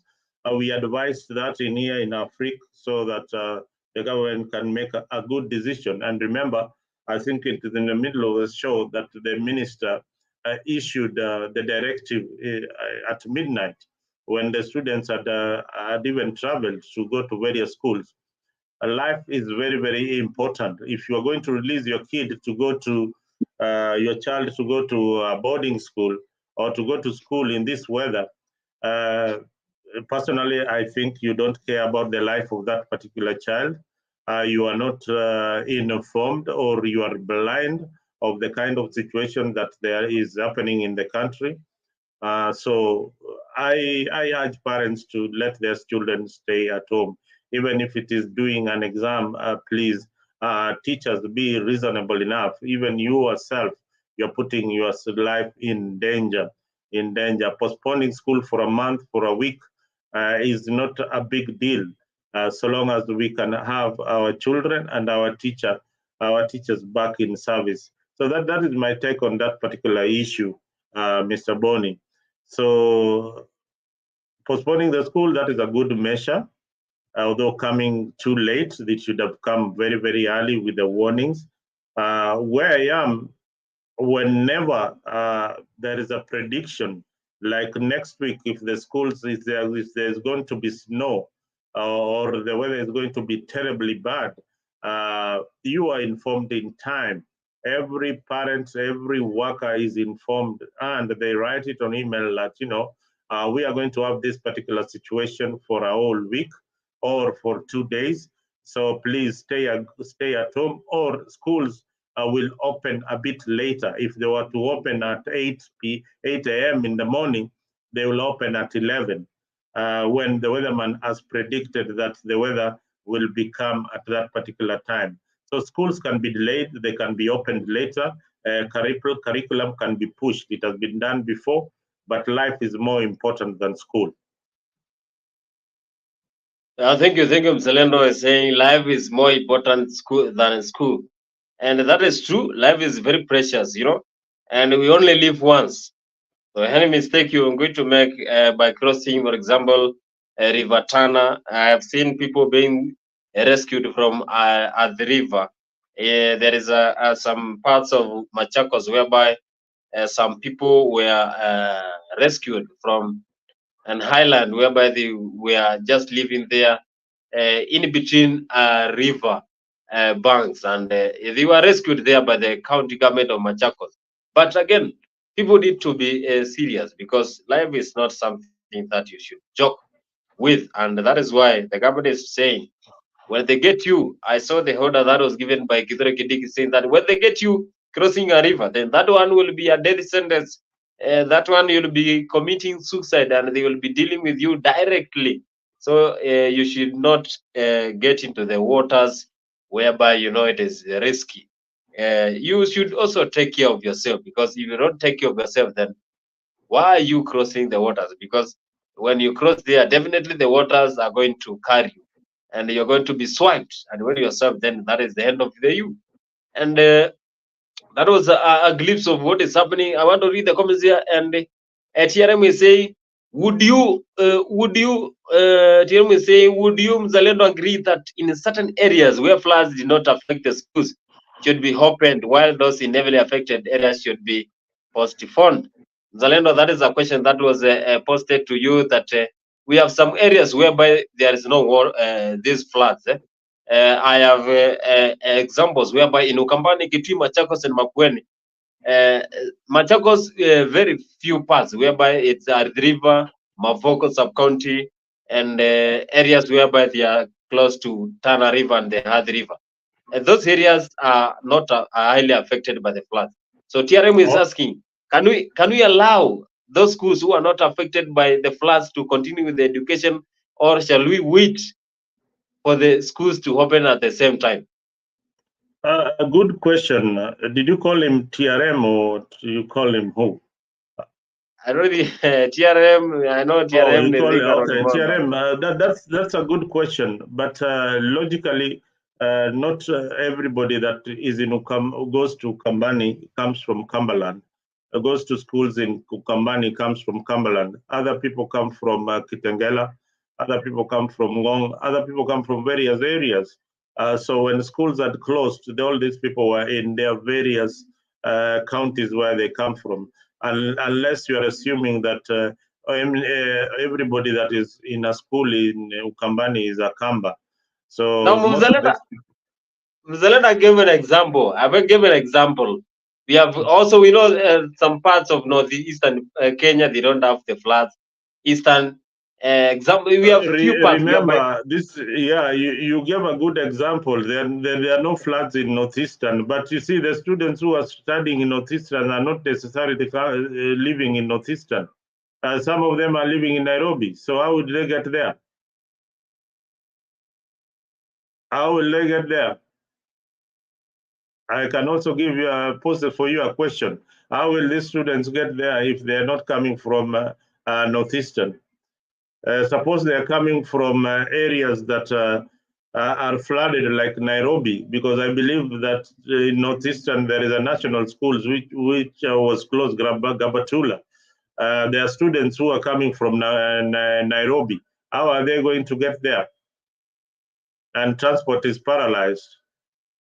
There are teachers who are also coming from various areas. How are they going to get there? If schools are closed, they are closed indefinitely, and that is a directive. It cannot be selective, like selecting school A, school B should be open. Directive, there is a directive, and not everybody that goes in a particular school comes from that particular area. Students who are in Ukambani, probably they are coming from areas that are really flooded, like maybe somewhere in Nyanza or somewhere in Nairobi that is impossible. So that is my take on that particular issue. I hope I answered your question. Yeah, I think TRM. I think TRM. You reside along Thika Road. I always pass around those areas. So your question is answered. But again, Black is saying then the syllabus will be messed up if others have varied class coverage. But again, you know that this one is a uniformity. Our country has one national exam, despite we have some schools whereby they don't have this curriculum. We have the international schools where they have different curriculums, but most of schools have KCP exam and the KCSE exam. So I think Kimanzi, what Black should know is that right now the government is working very hard to save lives and find shelter for the family. All right. No student would be out there comfortable sitting for exam, and yet they don't have a home to go back to. All right, that is more important than being in a school. People have lost their lives, families are bereaving. So that is what should be taken care of first. This situation, I think El Nino was here with us, but it was not of this kind of magnitude. This kind of magnitude, I have never seen it in my lifetime. This is the first time I am seeing this kind of rainfall in our country. The other El Nino that I witnessed was not of this magnitude, but this one is really, really serious. Really, if you can see the cattle being washed away by the floods, then you know that there's a big problem ahead. There's a big problem ahead, and then a country cannot even harvest the water. You know, this is a country that has been faced by drought. We are borrowing money left, right, and center, and we cannot find a way of harvesting this water in those dry areas like in Northeastern, where they are not experiencing as very heavy rainfall like other parts of the country. So there's a lot that needs to be done. There's a lot that needs to be done. And Black, you come from a country where, you know, we have the National Guard. The National Guard ideally is normally called upon to mitigate such disasters in where Kenya borrowed its constitution. I wrote in an article sometimes back that the NYS should be given a chance. The NYS should be turned into a force that can be able to deal with disaster. At the end, we have a force called the National Youth Service. That force should be turned into a fully fledged force that deals with disaster and can be called upon at the county level to deal with particular disasters that are happening in that particular county. That way, we will not have had the disasters of this kind of magnitude. We not at least there would be fewer deaths if we had arranged ourselves properly, or if we had a force like that. Otherwise, thank you. I can see somebody on the studio. Yeah, thank you so much, Mzalendo. That was a wonderful submission. And Royo Okello has been coming in and popping, but I think he's going to be back. Good is saying, what's wrong with the students zooming like COVID-19? But Goodyear, I want to tell you that during COVID-19, we had a lot of problems. It is not all the students that were doing those Zoom class, because personally that time I think I was in campus, and I was even undergoing those problems because my computer was not having even network.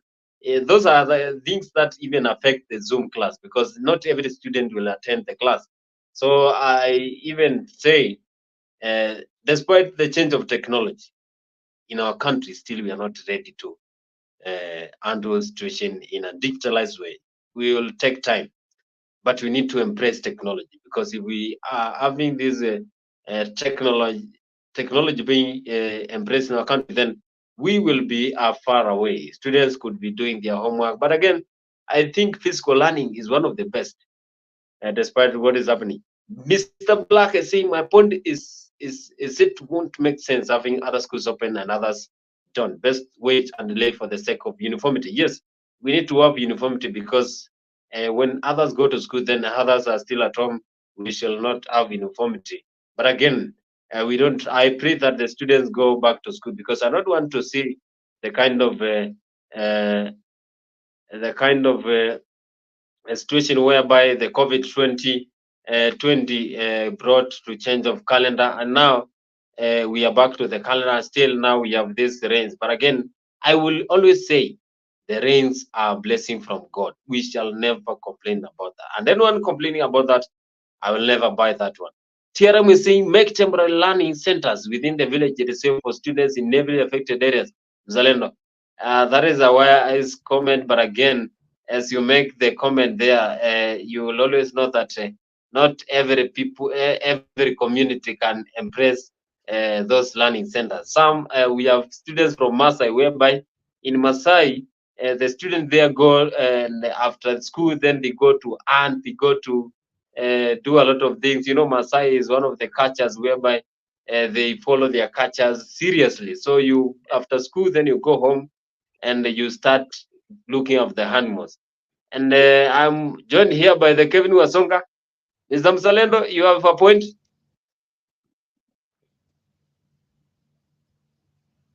Kevin Wasonga, karibu sana katika huu mkutano ambao tunaongelea mambo ya disaster and a lot of things that are happening in our country. You know, the schools have been rescheduled to open until further notice.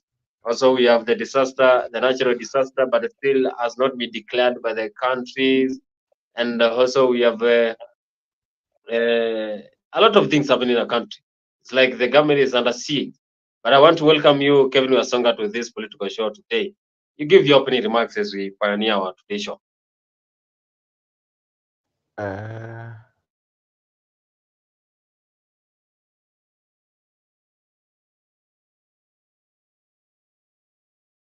Kevin, are you hearing me? Thank you very much, Kimanzi, and my co-host Mzalendo. I think it's high time we jot our thoughts together as a country. It's a time when Kenya is really going through a lot of things. Despite even the floods alone, there are so many things that are happening in the country. The economy is not doing well. There is confusion in the Kenya Kwanza government. There is a cabinet reshuffling, which is it's in the limelight. Things are happening, but all the same, there is the floods which have really affected so many people. Even you, Kimanzi, maybe Mzalendo as well. I, as an individual, it has affected me in one way or the other. So everybody is affected, and it's a very key thing that needs attention of everybody on board. So as my key remarks, it's me and you and everyone around us that can talk about this key issue that has really affected us. So as we jot the way forward, what are the recommendations that we could give the president and we can give the Kenya Kwanza government and all the Kenyans at large? That is what is really coming up in my mind as our viewers will be looking forward to get our recommendations and to get our debates on this. Thank you so much. Yeah, thank you, Kevin. Thank you, Kevin. And I'm joined by Roy. Roy, you have been coming in and going. I want to welcome you to give your opening remarks to our today's show. And wherever you are tuning in as... Hello, good evening, wherever we are. All of us, Mzalendo, Kevin, Kimazi. Hello, good evening, good evening, good morning, wherever you guys are. How are you? Actually, I've really just to the kind of weather we're experiencing around. And what you're talking about is very true. You see the situation in Kenya. In as much as I heard Mzalendo say something about the government is working hard, actually it is working hard, but not in the right way. Because I don't want to why you want to vacate somebody who is being affected by a flash flood, try to skip for him the next day we're going to and get to see the flood come down. This thing that we are in some questions. And another issue again about the schools reopening. Mix up of the situation. Because way there is something there is something wrong with your audio. We can't hear you properly. Maybe you get another gadget and join the studio with another gadget, please. There is something really wrong with your audio. You are scratching. We can barely hear what you're saying. Although you have got a good point, but we can barely hear you. Maybe you log out and then come back again. Okay. Yeah. Maybe he has a problem with the network. That is why, or maybe the gadget. But again, you can come back again. We want to welcome you because you are our followers, and we always want to make sure that you give your ideas and comments when it comes to our political show. And Kevin, before we go into more details, you saw that schools have rescheduled. We have schools now reopening when the government decides. How do you tackle that situation? How can you handle that one? How can you say about the schools rescheduling schedule?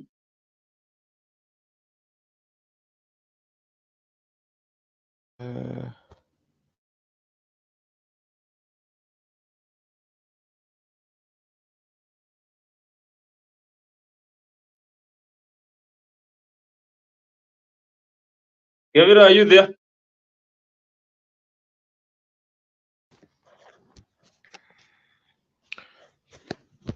Thank you very much, Mr. Kimanzi. Schooling is very important for everybody.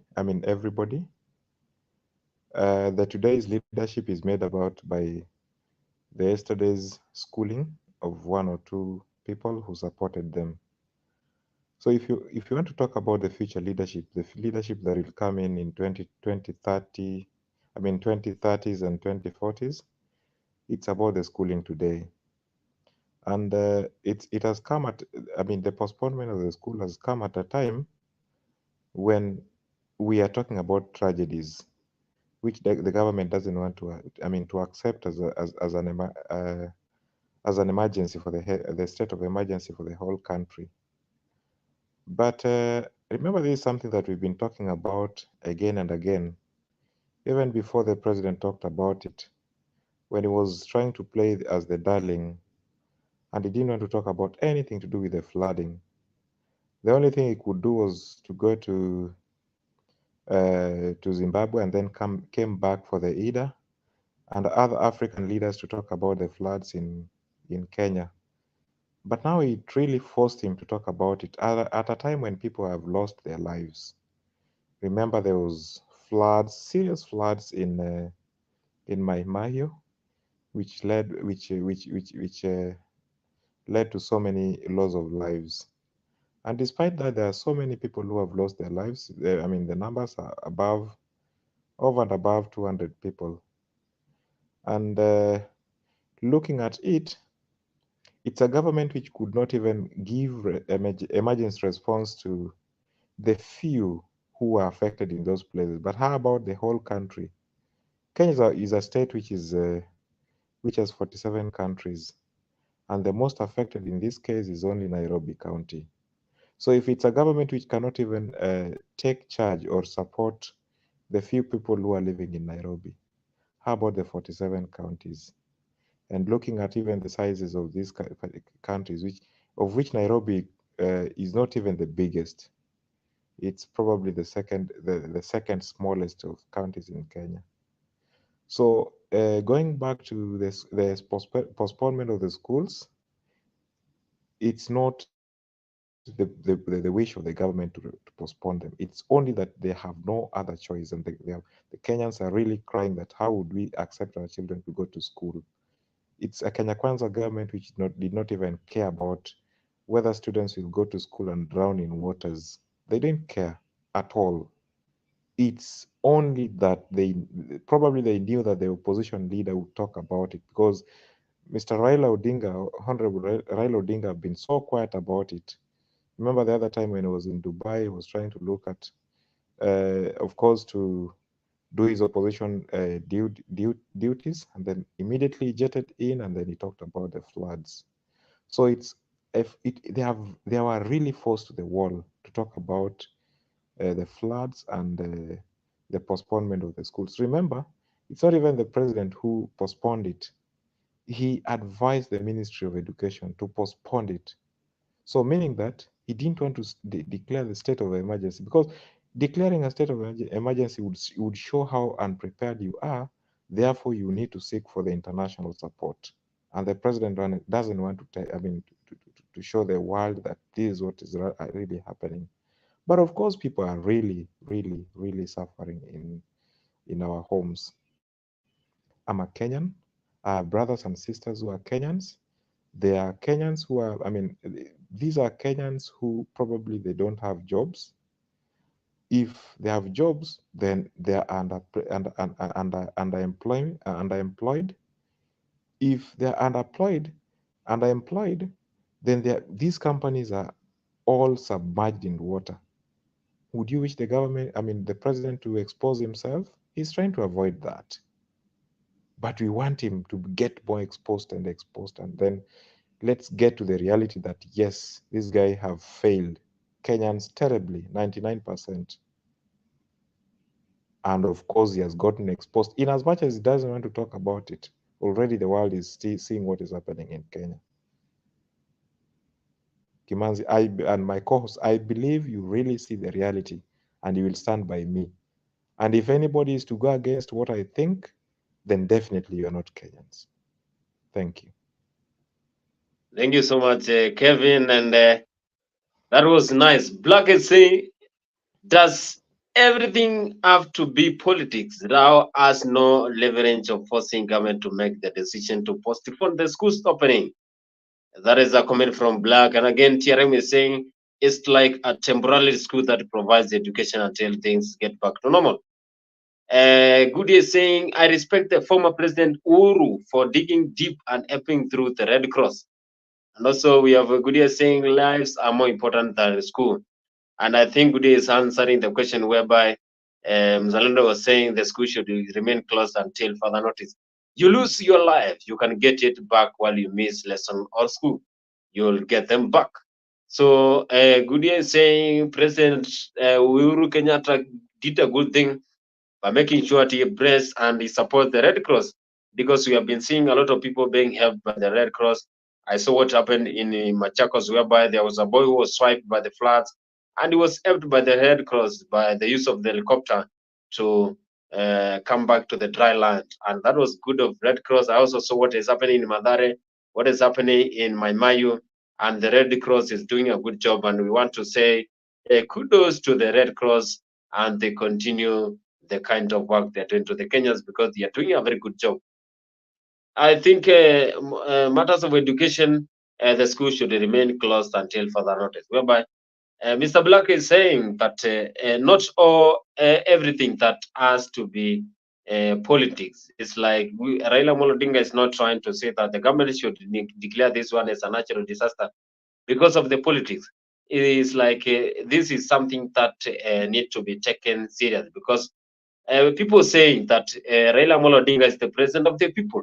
So he's coming there to support the Kenyans who are the wananchi, to pressurize the government so that they can help them.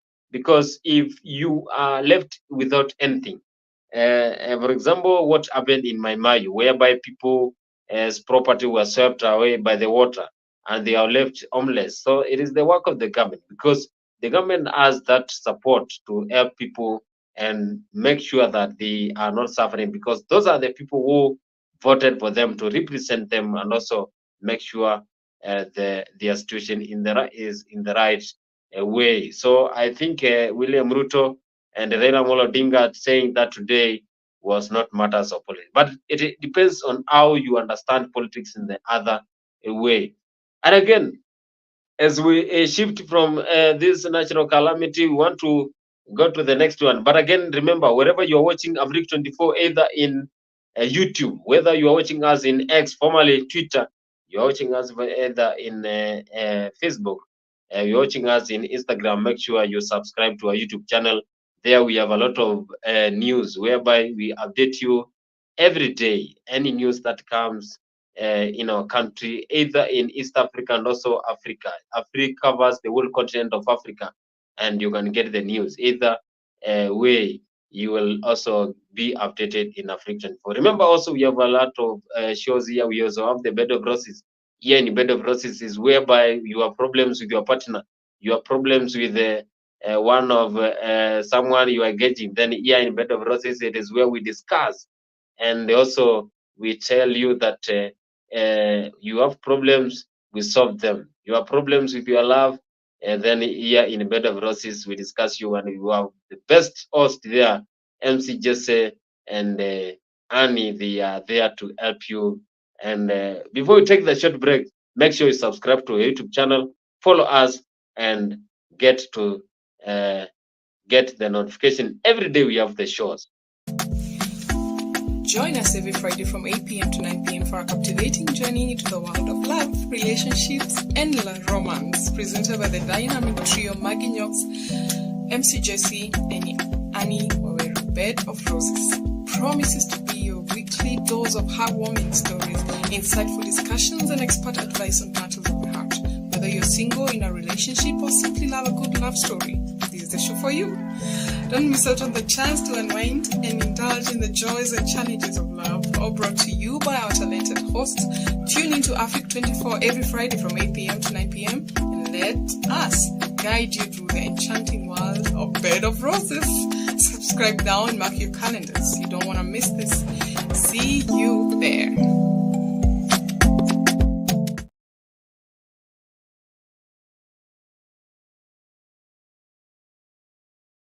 Yeah, wherever you have those problems every day, that is not every day, every Friday. Make sure you have a date with AFRIQ24, and those are the hosts that are,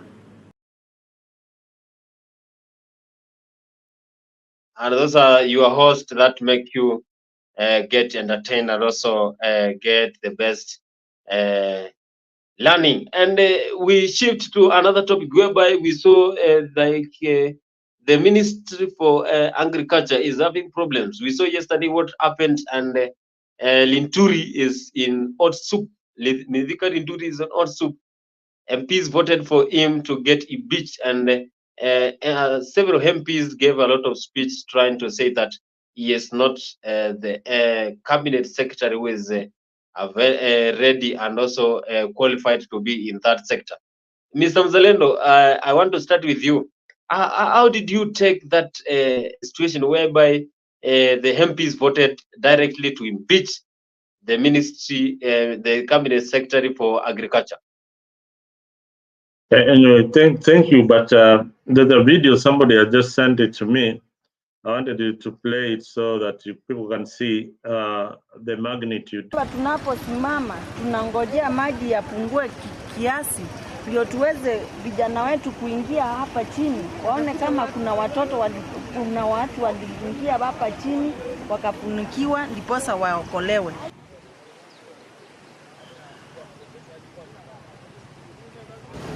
Karibu 20 waliweza kuzombwa na maji, 11 wakaokolewa. Hadi saa hii ndipo asubuhi tumepata kuweza kutoa lori yenyewe.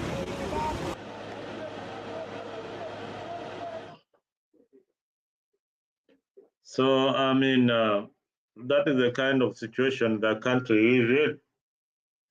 People have been killed. I look at the scenario. People are so desperate. Some bridges have been washed away. So when somebody is telling you that people to get to schools, some schools in some regions to be open, they have to be informed that some of the roads are impassable. Some of the bridges are not even there. Yeah, for people to reach the other end. So it is a crazy situation we are in, a situation that we've never been in. So that is something that we need to look into very, very keenly before people rush into making decisions like TSC maybe opening school or the minister trying to open schools. Now on the issue of who is this guy, Linturi? Linturi is just a matter of being honest and being a man of integrity. If he is found guilty, that his department is a CS for agriculture, were not able to, were selling fake fertilizer to Kenyans, then he should resign. That is what good leaders do. But in Kenya, we don't have that kind of leader. Most of these people wait until they are sacked. I believe there is a cabinet reshuffle that is looming, and people like Linturi will see the door. One thing I know, William Ruto will not be pleased to have Linturi in that docket. Remember, the president was a minister in agriculture at some point, so he really knows how the Ministry of Agriculture should be run. So Linturi is in hot soup. I don't think he's in good books with the president. Regarding the votes, how it went, it was 149 against 149 in a sitting of 188 MPs. So it means that even his UDA MPs voted against this particular minister. And Linturi is having his calmer time. Remember, he was pushing very hard for the governor for Meru. What was her name? Kawera Mwangaza. Yeah, to be impeached. So I think Kawera Mwangaza is smiling somewhere. He's smiling somewhere when he sees the predicament of one Linturi. So Linturi should just go home. He's just wasting taxpayers' money with a lot of investigation. William Ruto, the president, should act. Sometimes I think William Ruto is too soft as the president of the Republic of Kenya. He should act. He should act. Some of these ministers should go. I don't know why he's wasting time. We have seen ministers being sacked. You don't waste your time with useless ministers who cannot perform. Some of these people need to go, Mr. President. They need to go, and that is how good leaders act. Act now or never. I don't know what investigation you're waiting for. This minister is an embarrassment to your government. People have talked about the minister for health, the CS for education, and now the agricultural CS. These people should go. I mean, you reshuffle them, give them light duties. That has been done in Kenya before, but reshuffling them is like taking the problem to another ministry. So there are Kenyans out there who are very capable, very educated and learned, and ready to work for the government of UDA. Give them an opportunity. You have also another experience lost that we used to work for William Ruto, for Uhuru Kenyatta. I mean, you can bring in people like Matiang'i. I mean, politics is not, you don't have permanent enemies in politics. Matiang'i, if he's a performer, then bring him in. That is my take on this particular issue. Thank you. Thank you so much, Mzalendo, and that was wonderful. Good day saying, Ruto is not soft, but he likes people doing the dirty job for him. That is good day saying, William Ruto likes people doing dirty job for him. That is a comment from one of our followers, but not a fake. But anyway, it is the current situation. Mr. Black is saying it took the 1-inch efforts to recover body digging by hand. And also saying, Black, when the man in Sierra digging gold was buried by sun, did you hear Rao say a word during Unyerul? It's called, it didn't serve political leverage. But again, I think he's trying to scrutinize the comment whereby people are saying Raila Odinga is trying to bring politics when it comes to natural disaster. But again, this is something that is happening to a country. And when it happens to a country, then we need to handle it in the right way. And Mr. Kevin Wesonga, we saw 149 MPs voted for impeachment of Mythical Inturi, who is the CS for agriculture. And you know that this is one of the sensitive ministries whereby this one is like the backbone of the Kenyans economy and also the backbone of the Kenyans. You need to eat so that you can perform, because when you lack food, then you don't have energy. This one is like the generator. This one is like the source of energy. Now is like he's not steering this ministry in the right way. That is why people MPs voted for him. What is your take on impeachment of Mythical Inturi, CS for agriculture? Thank you very much. I think the impeachment of Mithika Linturi has come so late. Mithika Linturi could have not even stayed in the office for over 100 days. This is somebody who we expected him to forge forward the agenda of the Kenya Kwanza government by making Kenyans at least have increased food production through provision of certified seedlings and as well as quality fertilizers. But when the people ask for the fertilizers, he gives them stones. Remember that if a mayor officer at the ground gives fake fertilizers, then of course it comes from the CS, who in this case is Mithika Linturi. So he certifies the provision of these fake fertilizers, stones like, to the Kenyans who are expecting to increase their food production yield. It was quite unfortunate, and getting 149 votes at this particular time in the month of May was late. I expected this to have happened in in the year 2023, early 2023, or immediately getting into the Kenya Kwanza government. Mithika Linturi is a non-performer. He's a non-starter in this particular case, and people should have not wasted his time with him.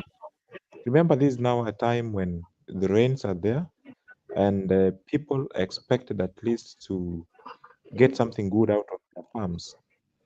But remember, it's a government which I don't know whether they are really liaising with the meteorological department.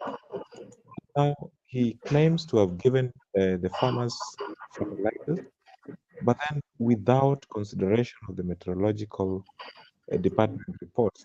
Now, it's now high time for you to plant. It's high time for you to plow. It's the time to do this and that. The farmers are not informed. So it's a right thing that the MPs have done, and I expect this will not be overturned by the president, because I know the president likes him. He likes, as you say, people doing dirty jobs at his back, meaning that he's also doing the same dirty job. On the Kenya Kwanza government as well, you've seen so many tragedies happening since the Kenya Kwanza came into government.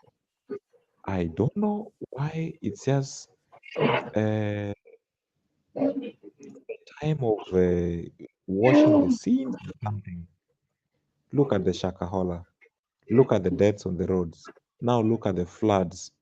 Look at how, if you ask me which country is the saddest country in the world, then it's not even Israel. It's Kenya.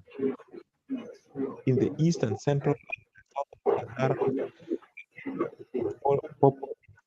the Republic of Kenya, the saddest country in Africa and maybe the world collectively. Why? Politics is not playing anything more important. Anything important for them. They are ever failing government. So he puts Mithika Linturi, who even failed in his family, to lead the Kwanza government, or the CS for the agricultural docket. It's a complete mess. It's a complete mess, and everybody can see that. Thank you. Thank you so much. Thank you, Kevin. Saying Mithika Linturi should be impeached anytime, and he's saying the government took a lot of time to impeach Mithika Linturi. And personally, I am not trying to say anything about that. But again, when it comes to agriculture, I think this is one of the sensitive ministries whereby Kenyans need to be taken care of. And we have the scandal of the issue of fake fertilizer that raised a lot of eyebrows. Kenyans were saying that they were deceived. They were given fake fertilizers. But when Mithika Linturi went on one of the televisions in Kenya, he said that this is not fake fertilizer. But we heard the Deputy President saying that it was confirmed that the fertilizers are there are some companies that were involved in giving fake fertilizer. So I think Medical Ituri, he will not survive. I think he's not going to survive this impeachment because it is high time that Kenyans also get the support. If we don't have support for the government, then we are going to suffer. And you know that most of people depend on farming because that is the only way they can get food from, and they can also get money as they do the commercial farming. So Medical Induri is going home.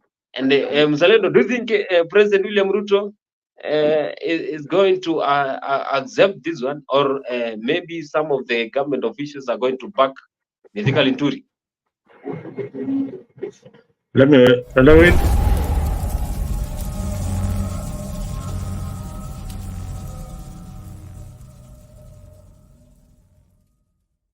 Ndio sababu tuko na shida zinaita zi Kithure Kindiki, ngine zinaita zi nani yule anaita Machogu. Angalieni Machogu na Magoha, Profesa Magoha na Machogu, unaona tofauti? Ni kama usiku na mchana.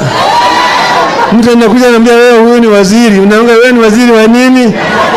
Ati wewe ni waziri wa matibabu. Ati sijui mwingine, sijui waziri wa elimu, sijui waziri wa wafanyikazi. Unaangalia yote ni mtakataka. Ndio sababu kuna shida, manake tuko na dereva hajui steering iko wapi, hajui gia iko wapi, clutch iko wapi. Ndio sababu Kenya ina shida. Gharama ya maisha bado imepanda juu zaidi. Sasa mimi nasema hapa ya kwamba hawa watu wasibomoe manyumba ya kule Mkuru kwa Njenga. Wasibomoe manyumba kule Mkuru kwa Njenga. Sawa. Wakijaribu kubomoa, ita sisi, tutakuja sisi na nyinyi.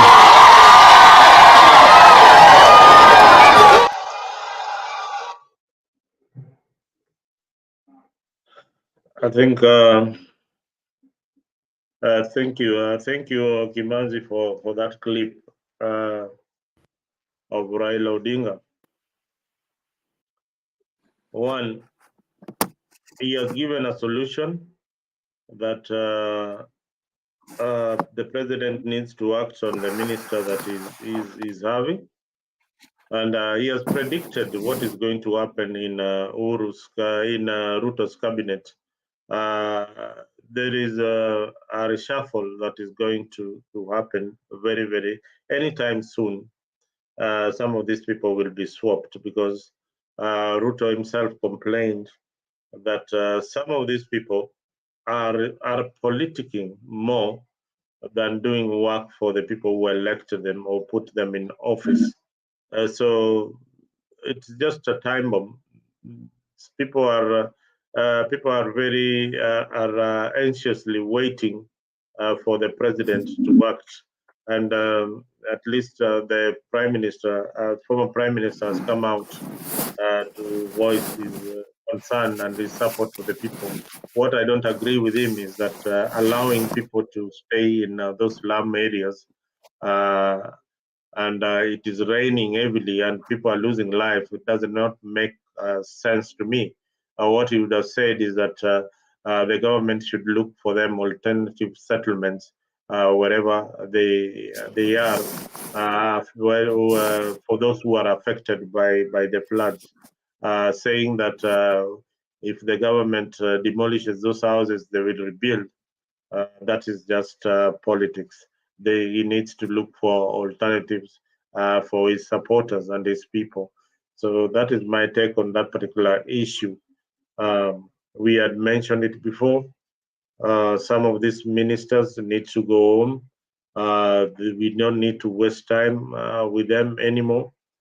And we also need to jump into the counties and see why the President of the Republic of Kenya is handing them more money into their coffers, yet they are stealing a lot of money that is coming from Treasury. Most of these counties cannot account for the billions ever since we started devolution. I personally, if you go to all these counties, I mean, very few of them, you'll see that devolution has really made an impact. It has made up an impact to their personal lives, where most of the governors are richer. The executives are much wealthier. So we need to look at how these county governments are run, and they need not to waste a lot of our taxpayers' money. Yeah, that's my take on that particular issue. Thank you so much, Mzalendo. Raila Odinga, you can hear the way the crowd is moving. The crowd is supporting Raila. That is what I say, that we have the president of the people and also we have the president of the Republic of Kenya. You can hear how the crowd is moving, how the crowd is cheering when the Raila Odinga is talking. So it's like Raila knows that the government is composed of some of cabinet secretaries who are very lazy, and the medical Ituri, I can say that some of them are trying, but others are not even doing the job, and that's why yesterday we saw medical Ituri trying to be impeached by the MPs, and I listened to MP Ochendo Molo how he was saying, and also Apio and I what they were saying about the impeachment of medical Ituri, and that is true that if they support him, I had minority leaders trying to support him, but again, that was so contrary to what others wanted. That is why we had the heckling of MPs in the parliament. And Moses Wetangula, was the Speaker of the National Assembly, had a tough time when he was trying to control those MPs because they really wanted to impeach Mithika Linturi. So, Kevin Wesonga, you said that the government took a lot of time to impeach Mithika Linturi. It could have done it last year, earlier. But again, Linturi is one of the CS for William Samoei Ruto. Do you think even a CS for Eod, who is Susan Nakumicha, is also worthy to be beached, Kevin? First of all, I completely disagree with on this idea of resettlement of the affected people. Kevin, you're not very audible. You are whispering. We can't hear you. Sorry for that. I think it's just because of my mic. Can you hear me now? Well, maybe the host to confirm. Can you hear what Kevin is saying? Kevin, we can't hear you at all. You are whispering. You are very far away from the mic. Is it okay now? Yeah, you're very great. okay now. Yeah. Very good. I think.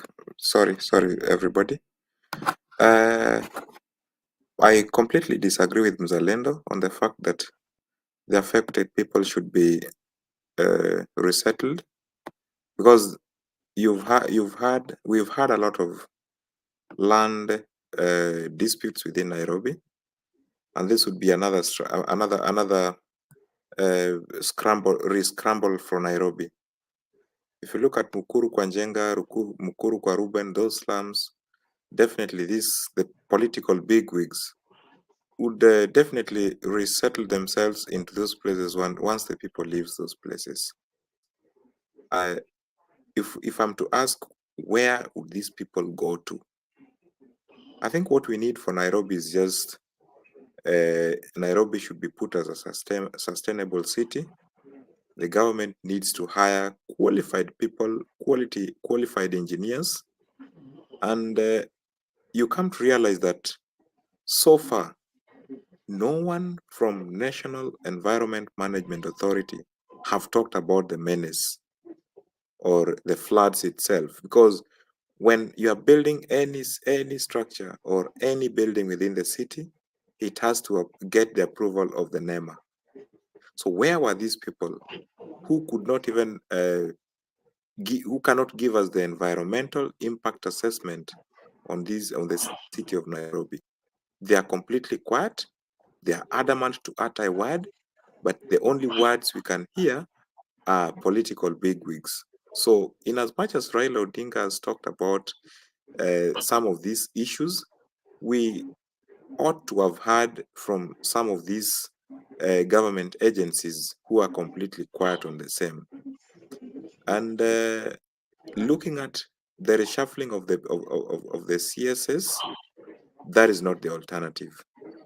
Completely. If you ask me from where I sit, it's not the alternative for the betterment of this government. William Samoei Ruto employed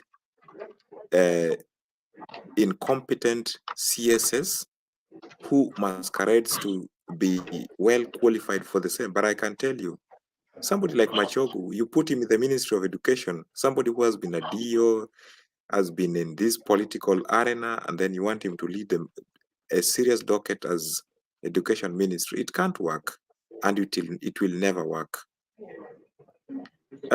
Mentioning Matiang'i on this would not be a very good example for us. Maybe the late Magohas and the rest could have been better. But putting people like it's just a cycle of these sycophant leaders.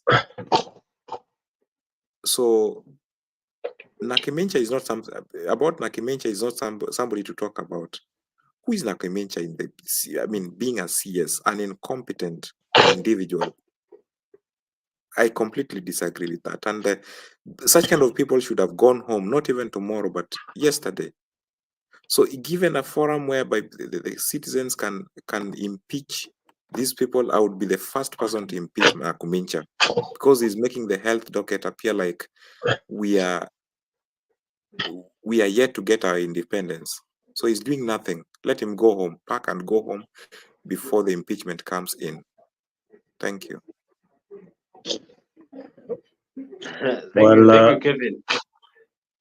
Well, Kevin has brought in a very interesting point there, that people who are living in these areas should not be resettled. Then I ask him, does he believe in the effects of climate change? And does he believe in, that the slum areas need to be, need to find some decent settlement somewhere? Or will they be living in those slums forever? This area itself, Kevin, is already flooded. So why are you telling these people to go back there? Or what are you trying to say?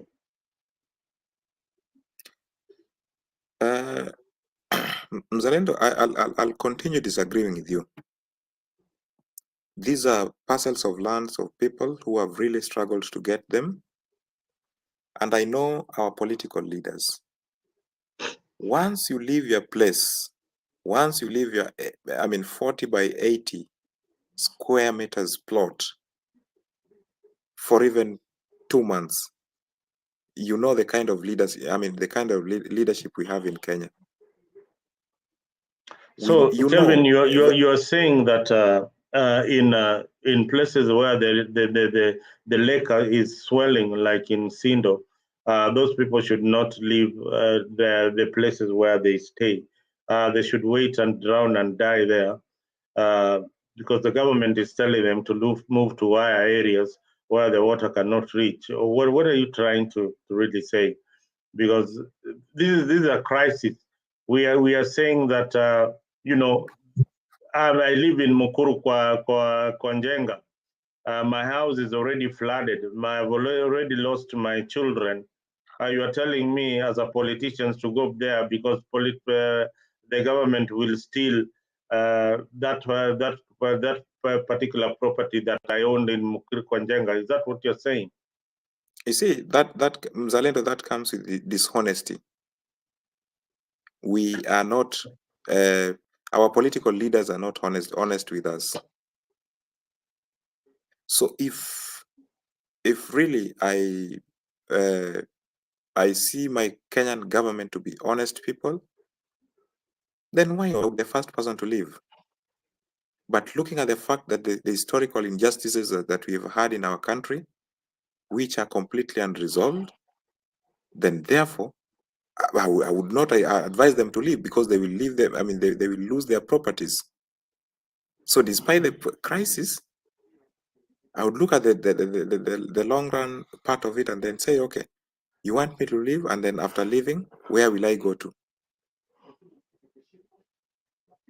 That's a big question. That's why we are saying that the government should look for them alternative places to live in, because they can't live where they are living right now. The water is crazy. People are dying. I mean, you cannot tell them to continue living there. The government should come up with a solution ASAP to find higher areas where these people can live. That's what me I'm urging the government to do. But saying that, oh, they stay put, you stay put and your whole family is already gone. Stay put for what? Stay put for what? You know, here is the government telling you we are locating you or giving you higher areas where you can live temporarily as we look for shelter, because even if they are looking for a place to build, they can't build in this kind of weather. It has to take time. But some of these things we should not bring in politics a lot. We should look at ways and means of solving the problem. Yeah, ways and means of solving the problem. Look at the bridges. Most of them have been swept away. Are you going to still urge these people? You guys continue traveling. Even if that bridge is swept away, you'll find a way of reaching the other end. That's what you're saying in short.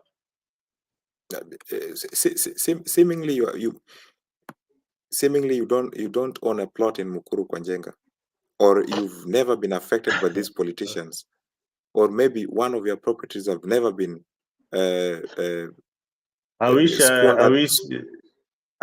squandered by the government. But if you have the feelings of these Kenyans who have struggled to get their plots, who have struggled even today to get title deeds for their plots in Nairobi, then definitely you could not leave your plots. You would rather die there other than to leave it. Because, I mean, tell me, where did the Kenya Kwanza say they will relocate the people who are suffering in Mukuru kwa Njenga, the Athi River and the likes? They are telling them to move to the higher grounds, but then higher grounds which belongs to who? It belongs to individuals. So it will be individuals against individuals. But they are not saying, we were talking about the affordable housing. We will take you to the already finished affordable houses. They are not saying that. They are completely quiet on that. They have zipped their mouths, but they are telling people, oh, move to the higher grounds and all that. Higher grounds which are lands of other citizens. And then you leave your place. Then what next? The question is, what next? So I would urge them not to leave. They should not leave. Let them stay put. Let the government support them there, in those particular places. Wow, that is to me that is still interesting. I wish we could play a clip.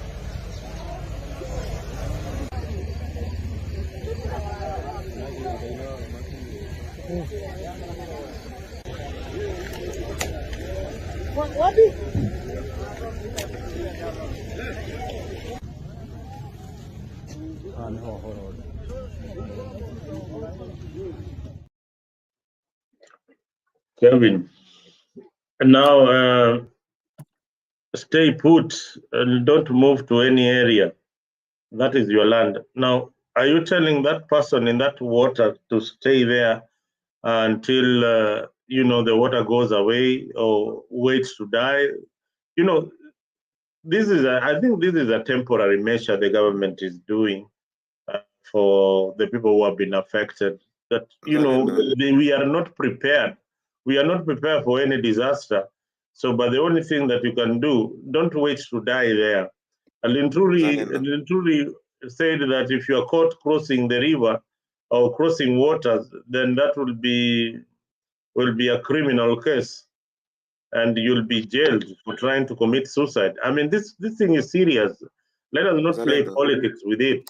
It is something that we need to find solutions. And the issue of climate change is not something that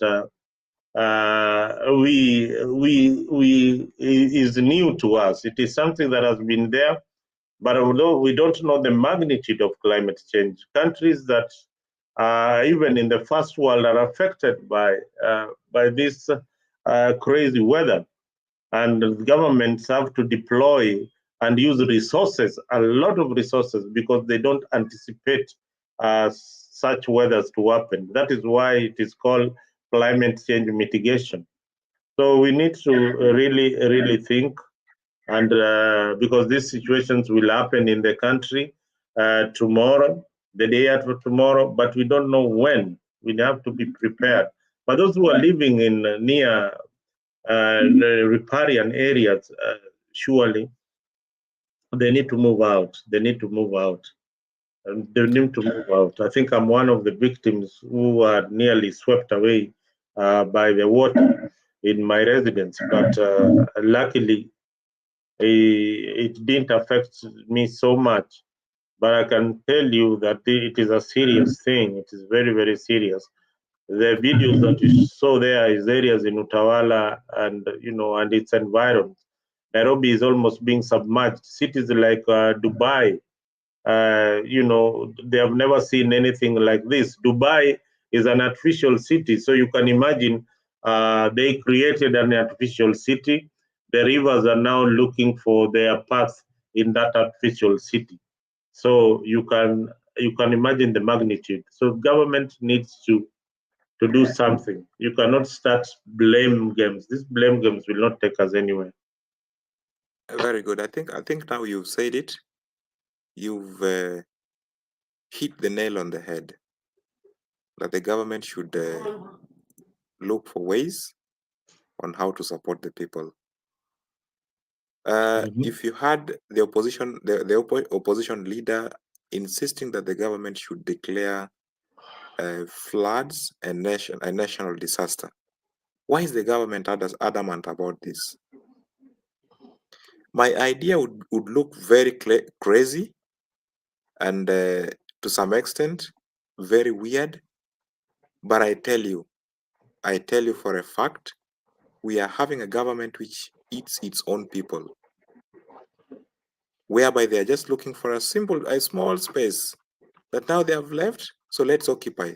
That's the kind of government that we have. And that's why, in as much as the people are suffering those kind of places, they are so adamant to leave. Because, Mzalendo, you can't tell me that I should leave my house and then where am I going to? What is the kind of support you'll give me? What kind of support are you even ready to evacuate me? Or it's just by the breath of the mouth that leave to higher grounds, but there is no support? Have you even seen this government supporting them by evacuation? Or they just go there for a tour and then they take few photos and all that and the videos, and to see that how they, to be seen on how they are supporting, but there's very little they are supporting on. The other day I said we saw the deputy president going to Mai Mahio and then giving a few food items and all that. Those few food items were not even enough for lunch only. So was that good enough? if it was a government which looks at the sustainable support or mitigation to the people, then they could have evacuated the people, took them to safer grounds, built them good housing or good houses, gave them everything that anybody would need in their houses. Then yes, I would say the government is helping. But if they're not doing that, why not? I can't say that the Kenya Kwanza government, I can't clap for them. This is not a government to clap for. So if you are ready to clap for them, Zalendo, go ahead. But I'm not ready to clap for this government.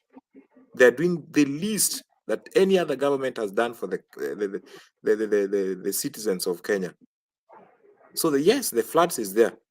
But then my big question is, you are telling me to leave my place of residence, despite the fact that it has completely flooded. Come and pick me from there, take me to the safer grounds, give me everything that is required, and if possible, give me a permanent residence in that particular place, so that I don't get re-evacuated again or chased away by the locals in that particular place, by the virtue that the government took me to this place, dumped me there, and left me there to find my own means. Well said. Thank you, Kevin. I saw Thank you. Black. You, Kevin, you have intimidated Black, and he has taken off. I don't know. Black is somebody who doesn't chicken out. I don't know why he has taken off. Black, can you come back? Yeah, maybe you can come back to the studio and join us to give us the opinion and ideas about what is happening in our country. Make sure you subscribe to our YouTube channel. Also, join us here in our live studio. If you're following us in YouTube, you're following us in Facebook, following us in X, formerly Twitter, make sure you always get time and join AFRIQ24 every day from Monday to Monday. Every day is a good day for AFRIQ24 because we give you the best when it comes to politics and other programs that we have in our channel. Mr. Black, welcome, and I want to give you this opportunity to say hi to our followers and also give your opening remarks into our today's show.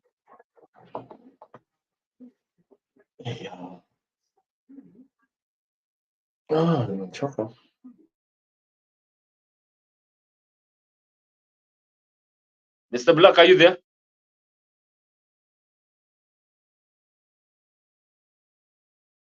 I think Mr. Black is having some problem with the network, and he will be back when we have the network. And I want to appreciate our followers. Good year, you have been a good person, as well as our ambassador, Mr. Black. Geoffrey Ruto has been here, and also TRM has been here. They have been supporting us since we started the show, and we are going to finish in a few. And as we went up our show today, I want to ask Mr. Kelvin Wasonga. Mr. Kelvin, what do you think the government should do to make Kenyans feel that they have the best government? Since we have a lot of complaints from the government, what do you think the government should do? Should we dissolve the government, or should we say that we don't have the government? Or what is the best way the government should do to the Kenyans so that the Kenyans can feel they have the government that is in power? Majority of Kenyans, my brother, I believe even you are so dissatisfied with this Kenya Kwanza government from the onset. I was so dissatisfied with it, even from its manifesto. I never voted for it, and I don't see myself voting for it. Unless this government changes their development agenda, then I would rethink my mind and say that the Kenya Kwanza government is doing well. So, despite the fact that I never voted for them, my fellow Kenyans voted them in, and then they formed a government. Now, they are in government, they have been given a chance to lead, but they are not leading. What they're doing is some play games with the Kenyans and politics all through. But there's nothing credible that you can say that the Kenya Kwanza government has done this. Look at the Kwanza cities and the Tatu cities and their good agenda on the internet, their good agenda on medical health and all that. These things are not working. The reduction of NHIF to 300 Kenyan shillings. These things are not working, my brother. There are no drugs in the hospitals. There are no school capitation, enough school capitations. You see, the other day, schools are struggling to feed feed their children. You see, the hospital, there are no drugs. Doctors are crying. Teachers are crying. Farmers the other day, they were given fake fertilizers. Lecturers on the side are crying. Poor payments. There are no jobs. You see, affordable housing has caused a lot of another danger. There's there's a deduction of money, but then now during crisis, why don't they take the people to the safe, affordable houses? It's not happening. So, in my opinion, nothing is working out in this government. When nothing is working, what is required is that the government should be disbanded and a fresh general election to be conducted as soon as possible. So the like-minded, if you feel like you're competent enough to lead the government, let's have a fair contest and let's go for a fresh elections so that we can have leaders who can lead a country. Once we have the elections, we go for a pure vetting.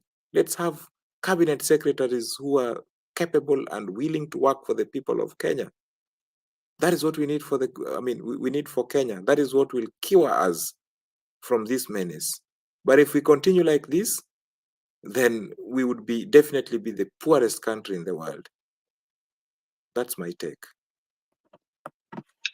Thank you so much, Kelvin. And Kelvin is saying that we should start afresh. We should go back to the ballot, vote, and get new leaders because our country is not being led in 2017. Good day, say in 2017, UK Minister for Africa, Vicky Ford, announced 17 million US dollars for drought and floods in Kenya, Somalia, and Ethiopia. The British Islam were in Tana River County and the Garissa County for 4 days ago. So it's like the support that we have been getting from the UK, and also we have been getting support from abroad. Some countries have been supporting Kenya in every dimension whenever we have problems. But now the problem is when we get the money, when we get the support from those countries, when it comes to the country, then the problem is how the money is going to be disbursed.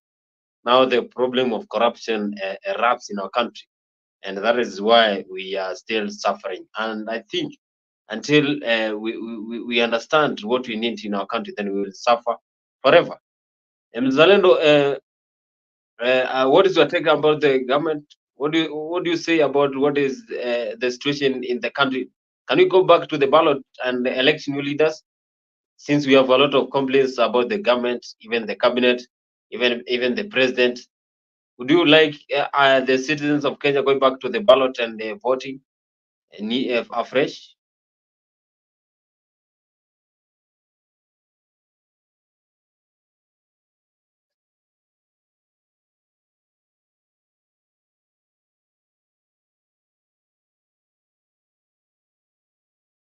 Zalendo, unmute your mic. I'm saying in Kenya, immediately we announce the results of the election and we have a winner.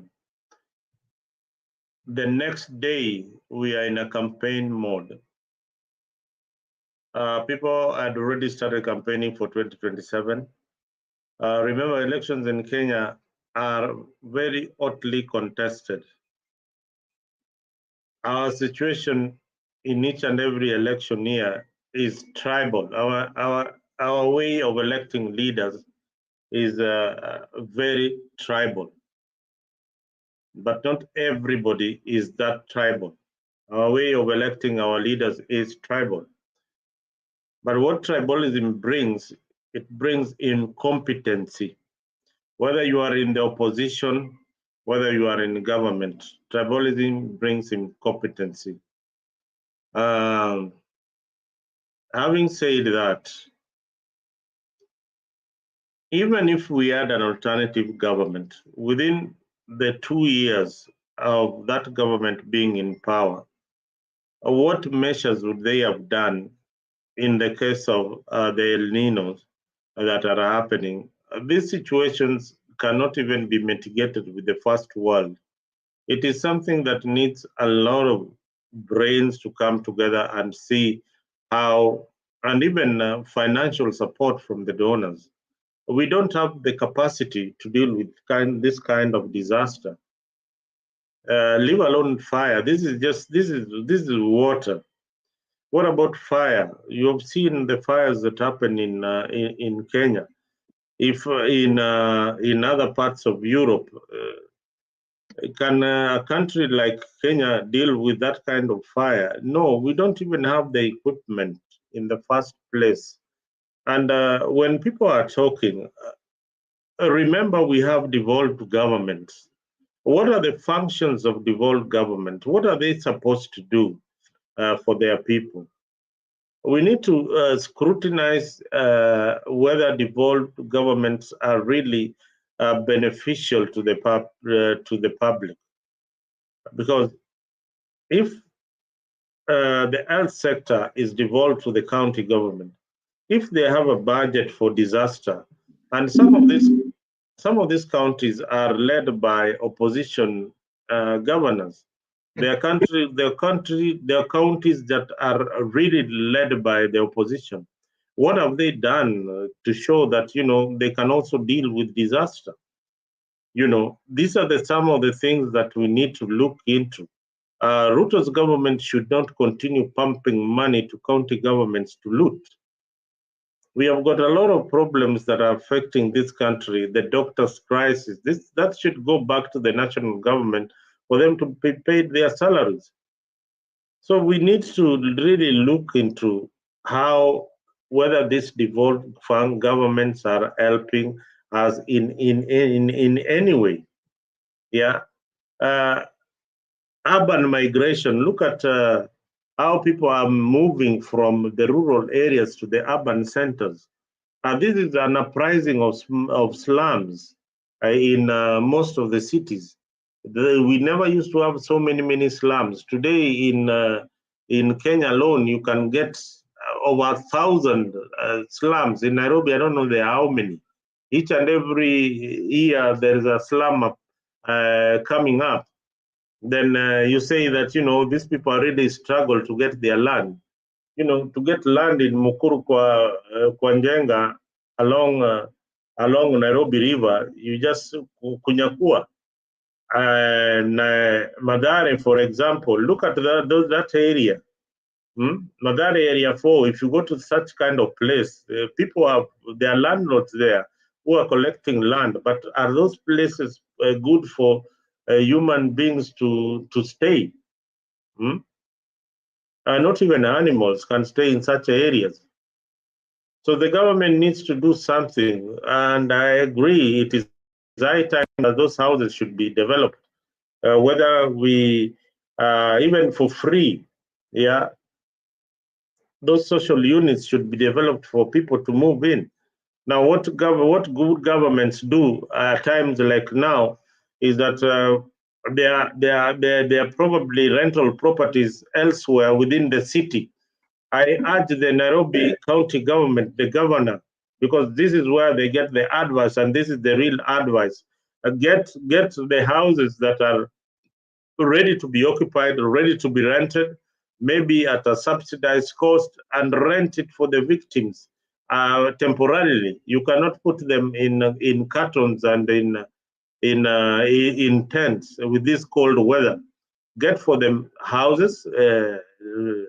Rent for them those houses for the time being, so that they can have some decent place to live in. After all, their property is all gone. That is what a government should do at this particular time. That is a solution from me. Thank you. Thank you so much, Mzalendo. Thank you so much. And those are the segments given by Mzalendo. A good day is saying changing the government in Kenya will never work because we are used to corruption. We are born corrupt. It's how fast you cleanse yourself from corruption. Yeah, I think the main issue in our country is corruption because people are corrupted. Even the newborn are even corrupted. It's like this is a lineage whereby everyone is born corrupt. Because personally, I tend to believe even me, when I go to those positions, I will always be corrupt because I want to get those money. Because if you are not full, you will not help those people. So what I can say is that people need to avoid this kind of corruption, need to be good leaders. But you can never get a good leader in Kenya because everyone want to eliminate poverty in their region and they want to be successful. That's why when we elect them, we end up suffering. Mr. Black, are you there? I want to welcome you as you give your opening remarks, but it's a bit late as we are trying to terminate our show. But thank you for joining AFRIQ24, and you can give us your remarks on AFRIQ24. I think you have been following backdoors. I hope you can hear me. Am I audible enough? Yeah, very audible. Okay, good. Okay, thank you. Now, first of all, I want to say thank you to the panelists and the viewers wherever they are. I've been following the show from the point it started until now, and there are things that I agree with the panelists, and there are some that I disagree with, and I'll try to outline those key points.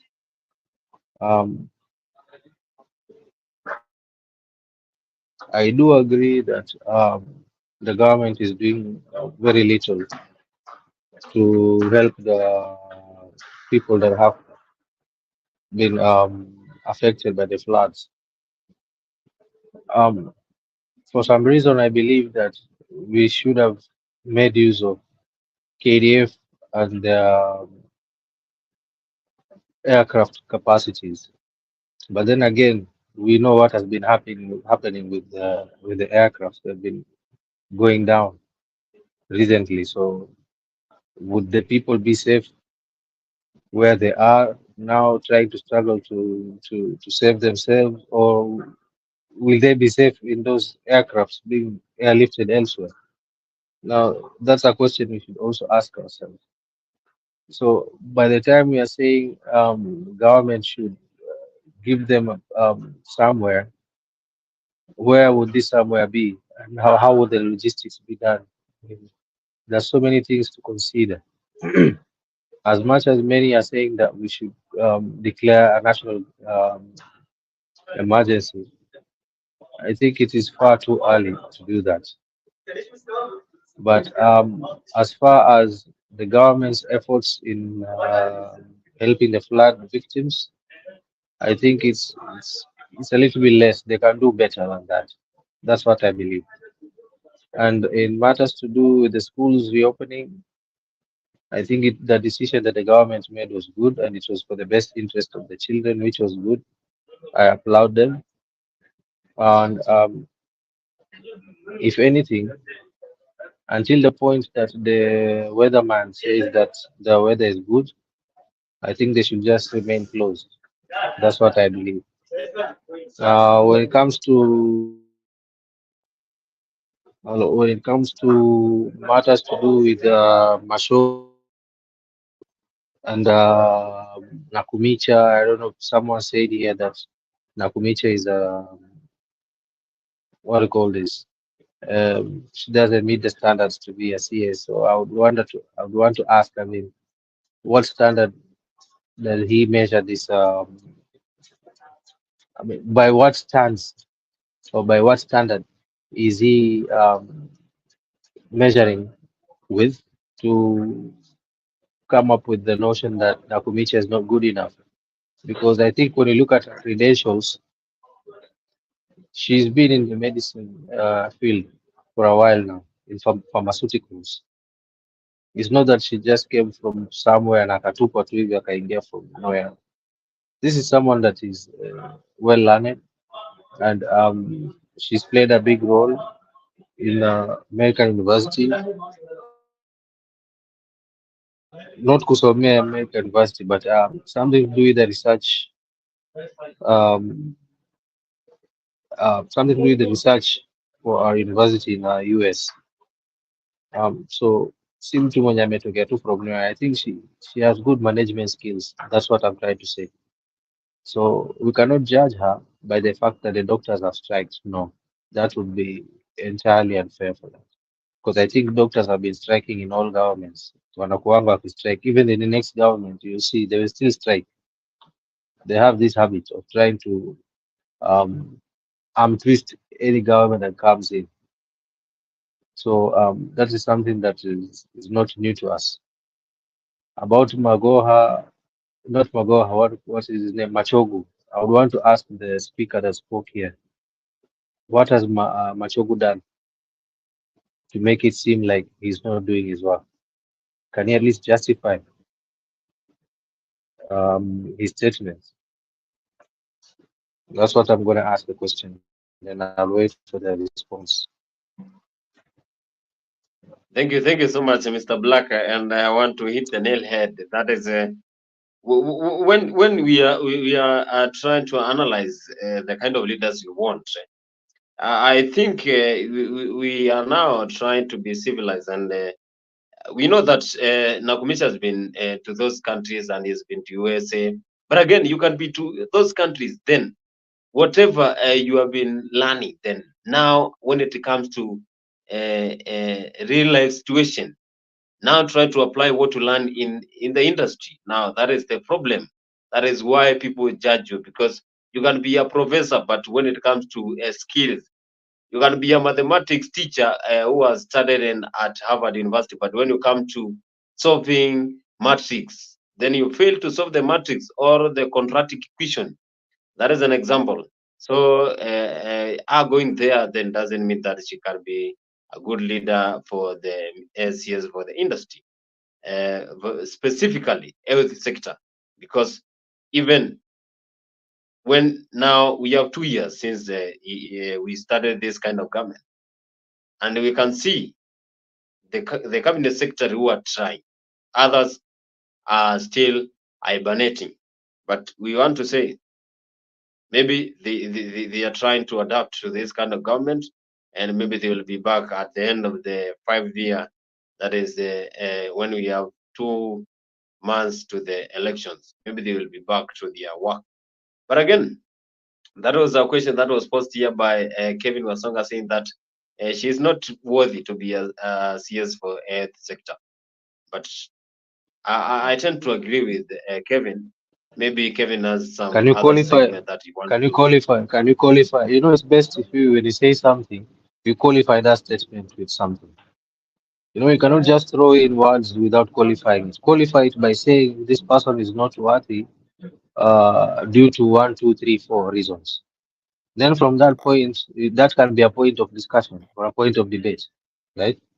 Now, can you say she is not worthy being the CS because the doctors have striked and they have not yet reached an agreement? Or what reason would she would you? Yes.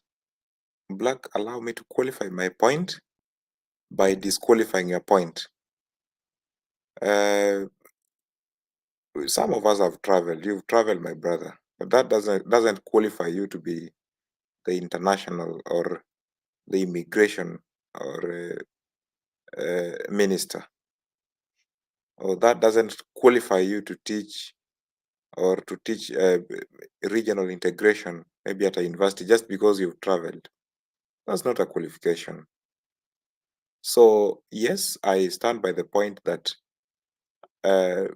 doctor strike is a very crucial thing for Kenyans, for millions of Kenyans. And you can't tell me that in the previous governments, doctors have been striking. I mean, whether it's from independence 1963 to date, doesn't matter. But we are talking about the Nakumincha of the Kenya Kwanza government. That's the only Nakumincha we are talking about. I'm aware there have been doctor strikes, and we've been posing this kind of questions to the previous CS for health ministers, including Anyang' Nyong'o previously. The other time, doctor strike during his regime. You remember that? Okay.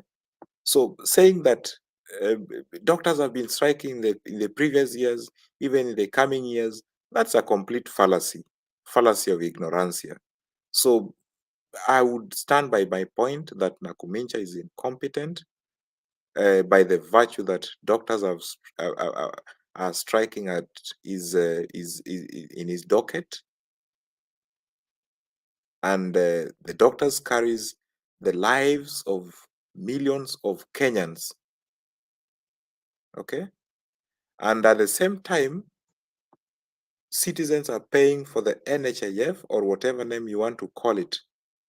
So, I mean, just disqualifying my point that doctors have been striking before, therefore, Naikumincha's time, doctors should strike. That's a wrong induction, completely wrong induction or even deduction in that side. So I disagree with you, Black. What I'm trying to tell you is one thing. If by your words, what you're trying to say, to qualify your statement, that she's incompetent because the doctors are striking, well, at the same time, you're giving us a very good example about when Anyang' Nyong'o was in that docket and the doctors were striking. So are you trying to say, by the same scales or by the same standards, then Anyang' Nyong'o was incompetent and his predecessors were incompetent? That's what you're trying to say. So are you trying to tell us that in all the CS that we've had, because we've always had these doctor strikes, they have all been incompetent? Because if we are using that measure of standard, like the doctors striking as being the reason for the CS being incompetent, then we should as well point out that what we've been having in Kenya is we've been having a failed health sector because the heads of ministry are not well collected. Now, when it comes to giving an example that because she's about someone being well traveled, I mean that's a wrong example, because what I was trying to say is this: she's had experience in the medical field managing something. Now, you cannot tell me that the CSs that have been there were CS before, so that then when they were appointed as CS, they were better off. They were managing something somewhere. Then they were given the CS positions, right? If you look at Magoha, Professor Magoha, what was he doing? The late, may God rest his soul in peace. Before he became a CS, what was he doing before that? Can you answer me that? Professor Magoha has Any been panelist? Professor Magoha was a VC at the University of Nairobi. Very good. So And, let's stop it here. Good. Now, by your statement, what you're trying to say, if you are, because the equivalent of what Magoha was doing is almost, underline the word almost, the equivalent of what Nakumicha was doing. Nakumicha was heading something. What was he heading? Understand? What was Nakumicha She was heading. heading? She was heading a research institute for a particular university in US. I can't remember it. And it's not something small. We are not talking about a classroom. It's not a classroom. But Mr. Black, I want to ask you a question. You know, she let me could be heading just that allow me to finish. Allow me to finish, please. Allow me to finish. Now, nawapeleka tu na hiyo njia yako inaenda hiyo with the same standards. That's why I asked you with which scale, because I would like us, when you're mentioning something, then when I ask you by which standards are you trying to qualify your statement, then we use those your criteria as the SI units for the other one. I mean, for us to get a fair judgment of whoever that you're trying to disqualify as being incompetent, right? So that's why I brought that example. If Magoha performed well, which he did, and may God rest his soul in peace, but he was not a CS before that. He was heading something. So equally the same. It is best also for us to realize that with the challenges that the health sector have had, very unfortunate. It's never been an easy task being a CS for health. That's a problem we've been having ever since. But not to say that just by the virtue of that has been happening, that it should continue happening. No. What we should ask ourselves is, what do we need to do for us to make it better and for it to work for Kenyans? That is the question we ought to do, to ask ourselves. But immediately disqualifying someone, saying that they're incompetent because doctors are striked, that would, for lack of a better word, it would be, it would just be bad. Let me just put it that way. It would just be bad. For matters to do with the NHIF, I think we've known years now. I mean, it's like forever. NHIF has been a big milk. I mean, it's like a cash cow. Every government that comes in, they always find a way to milk it. But the idea which he came with of shifting to SHIF is a good idea. It's almost starting afresh. Because right now, if you continue the NHIF, there are pending bills which needs to be paid that are fake. Trying to entangle to know which one is the correct, is a genuine one and which one is not, is almost an impossibility. Like the example of the doctor who was being questioned by Parliament. Anasema anadai NHIF about 400 million ako na clinic yake hata ina theater. But kulingana na paperwork, let's just wait a bit. Kulingana na paperwork, he has performed a considerable number of surgeries, operations in his clinic. How so? So these are the fundamental questions that we need to ask ourselves. How did we get into this mess and how can we get out of this mess? But hata sahi wewe uchukulie uweke pale as it is, you will still face the same problem. Unaona? So the question would be, like I asked, what needs to be done? By us starting with a new slate, with a clean slate, SHIF, it's better. That's a good starting point. And I think if you don't reason politically and just reason like a responsible Kenyan, which I know you are, then I think you'll see the point that this lady has very much good intentions with the SHIF. Thank you. Maybe Kevin, you can answer Mr. Black. Yes, I believe this will be my last shot on this subtopic, which is which Black is really trying to run away from reality.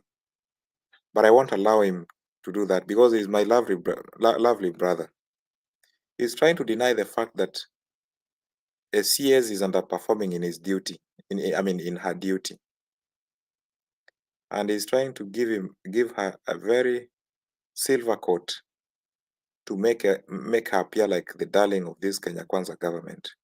In fact, at the brink of time, when people are losing their lives in a tragedy, and emergencies are coming up, and there are no doctors in the hospital, and at the same time, he's saying that despite that fact, we still say this Nakumincha was leading a very big organization, whatever it is, a research in America. Therefore, she's very competent to lead this serious docket of health ministry. It's a fallacy, I would say that. And I stand by the fact that giving Nyong'o's example was based on is based in your idea that even in the previous governments, doctors have been striking. But have Kenyans been happy about that? Are they just striking because people are meant to strike? It's in our constitution that we have to strike. They are striking because there's a gap which needs to be filled, but no one comes into office and fills it. So that, by the virtue that they have not been filling in the gap that the doctors have been asking for, we find him also in the mix. We find Nakumincha also in the same mix, a continuous mix. Even in the next one, if he comes in and he doesn't look at the requests tabled by the doctors, we would call that person also incompetent. Whether it's you, Black, whether it's me, Kenyans will call me the same thing. So I stand by the fact that this lady should be in the line of impeachment after Linturi. Let her also come on the table and tell us why we don't have doctors in the hospitals, where we don't have enough medicine, even in my village dispensary. We are paying taxes, you and me and everybody else, and therefore we want services that commensurates to the amount of taxes that we pay as Kenyans. So I will not stoop low, my brother, and to lean on your side that Nakumincha is competent. No, she's incompetent until she does what is expected of her, what the doctors wants us to do. Once we have enough medicine in our hospitals, once we have doctors in our hospitals, once the doctors are paid as per their requests, then yes, she will be competent. But as it is, she is still incompetent. Thank you. Thank you, Mr. Has health function been handed to the county governments? Yes or no?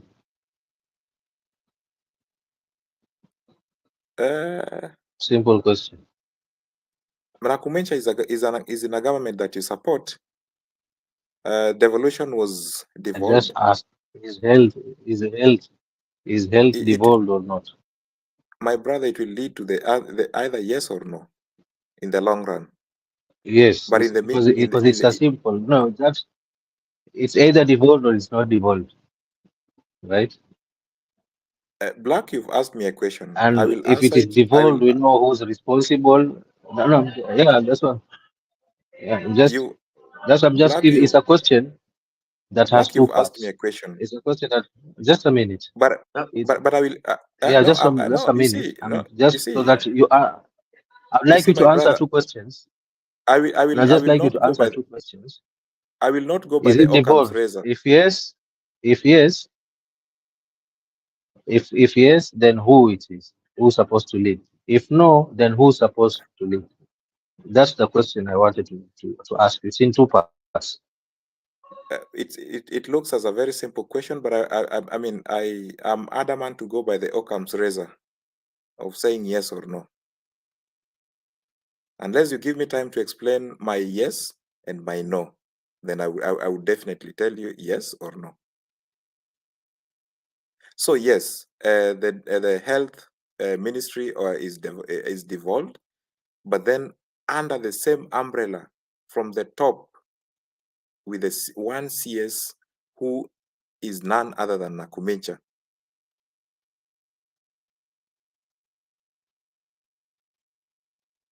Yeah. Thank you, Kelvin. But I think that one is a pyramid. I think that one is a pyramid, and it is start from the top to the bottom. But I think from my segment, what I can say is that Mr. Black, I agree with you. Susan Nakumincha has been there in those top areas in USA. She has the qualification in paper. But when it comes to application in real life situations, since those cabinet secretaries started their job last 2 years back, I can tell you one by one the kind of CS who are trying, but others are totally not doing nothing in our country, doing nothing, totally nothing. But again, we will not feature that, as we know that it is high time that we wind up our show. It has been a wonderful show, and I appreciate everyone who has been here. I appreciate comment section. Goody has been here. Goody has been our brand ambassador for AFRIQ24. Geoffrey Ruto has been here also. So Mr. Black has been here. Kevin has been here. TRM.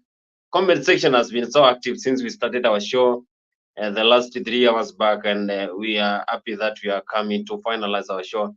As we give the parting shows, thank you, Mr. Black. I know you have been here and you have been following our show since we started our show. And being one of our panelists today is one of the great things that we are happy for, because you always make our show to be active. I want to ask Kevin to give parting shots as we finalize our show.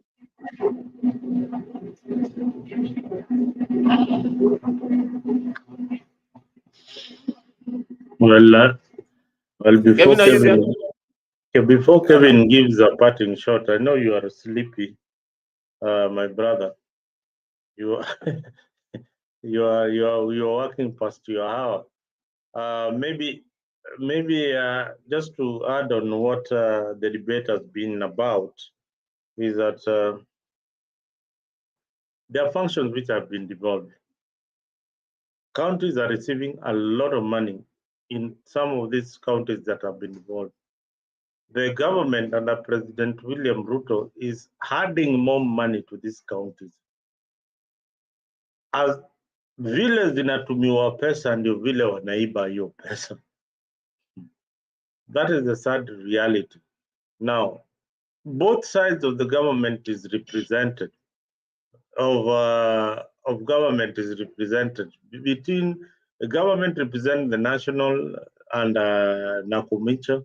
In the county government, we have governors who represent the political parties that they were elected in. And they have got a budget for all the hospitals operating in those particular counties, plus the equipment that they buy. They don't come from the CS. They come from the budget that have been allocated by the able leaders that were elected in those particular counties. Now, if there is a need to employ more doctors in a particular county, then that is the work of the county government of wherever county that you come from, through the MCAs to put a bill and they put a budget on it.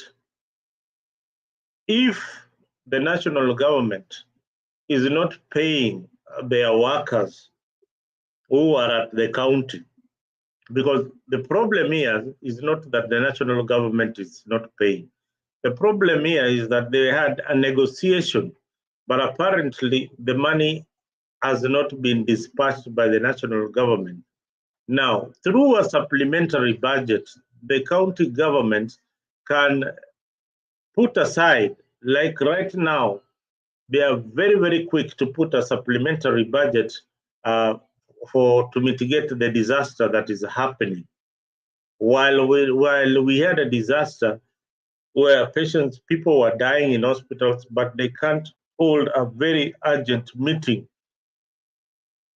in this particular crisis and decide that, on money that we have allocated to such and such a project, what is important right now is that let us use 1 billion shillings to cushion our doctors as we negotiate with the national government to reimburse whatever amount that they have used. That is what good leadership is all about.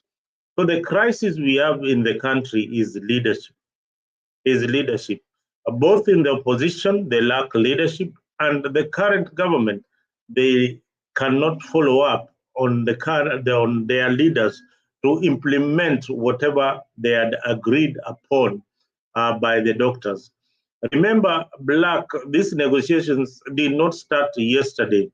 It is something that was agreed upon by the previous governments of Mwai Kibaki, then Uhuru Kenyatta and William Ruto. So William Ruto is very much well aware of what the doctors wanted. And when he took over the presidency, he ought to have known very well that, this crisis is coming. This crisis is coming. The only problem is that politicians in Kenya politicize some of this situation without coming up with a solution. So we want to give them a solution. The county government can pay the doctors that they have. And interestingly, they will not even have more than 5 doctors in most of these counties. They have less than 10 doctors in almost all the counties in Kenya. Apart from the ones that are probably in the urban centers, the county governments in the rural area, they find that the doctors there are very, very, very, very few. What they have are clinical officers. So I think we all need to urge the leaders to work very, very closely with the bodies that are concerned in the issue of the doctors and come up with a solution. It is not a laughing matter to see people dying in hospitals, people who would have been rescued. There was a video going around of this particular pastor narrating how, his friend who is a pastor had to watch the mother die because they could not do anything. Yeah, he had to leave the hospital, and the mother died. So these situations could happen to you and me. So sometimes we talk because none of our close relatives or members of our family has been affected. But imagine right now with this crisis of water, there'll be a lot of waterborne diseases, and we don't have doctors. And that is a big question. There will be a lot of diseases right now, and we don't have doctors. There are so many injuries. Water does not, the people who have been rescued, some of them have got broken ribs, broken legs, and whatnot. Some of them need surgery. Some are bleeding internally. People think that when you are taken away, when you are drowning or saved, you will not be injured. Some of them have got very, very major injuries, internal injuries, and they need urgent medical care. And here we are, the doctors are not in the hospital. You have rescued someone, you are supposed to take them to hospital. Where you are taking them to hospital, there is no doctor. So that is the country we are in, Mr. Black and Mr. Wasonga. Even when we are politicking, let us find solutions to some of these problems. Thank you so much, Mzalendo. I think you have tackled the questions that were asked by Mr. Black and Kevin in the right way. I think they have been answered. Jeffrey is saying Raila led the youth to protest, asking them to remove Ruto from the state house, knowing that it is very rare. Some lost their lives and no one has talked about them. What has changed now? That is a question that was posted by Geoffrey Ruto, who is one of our followers there in the comment section. And Mr. Black, why is Geoffrey Ruto is again saying, why is he so active all of a sudden, or because of his personal interest?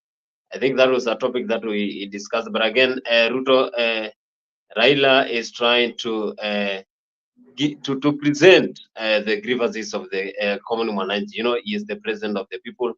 And as he was speaking today, you heard how the crowd was moving. It's like the president was speaking, but he's just the leader of the ODM. What if he becomes the president of Kenya?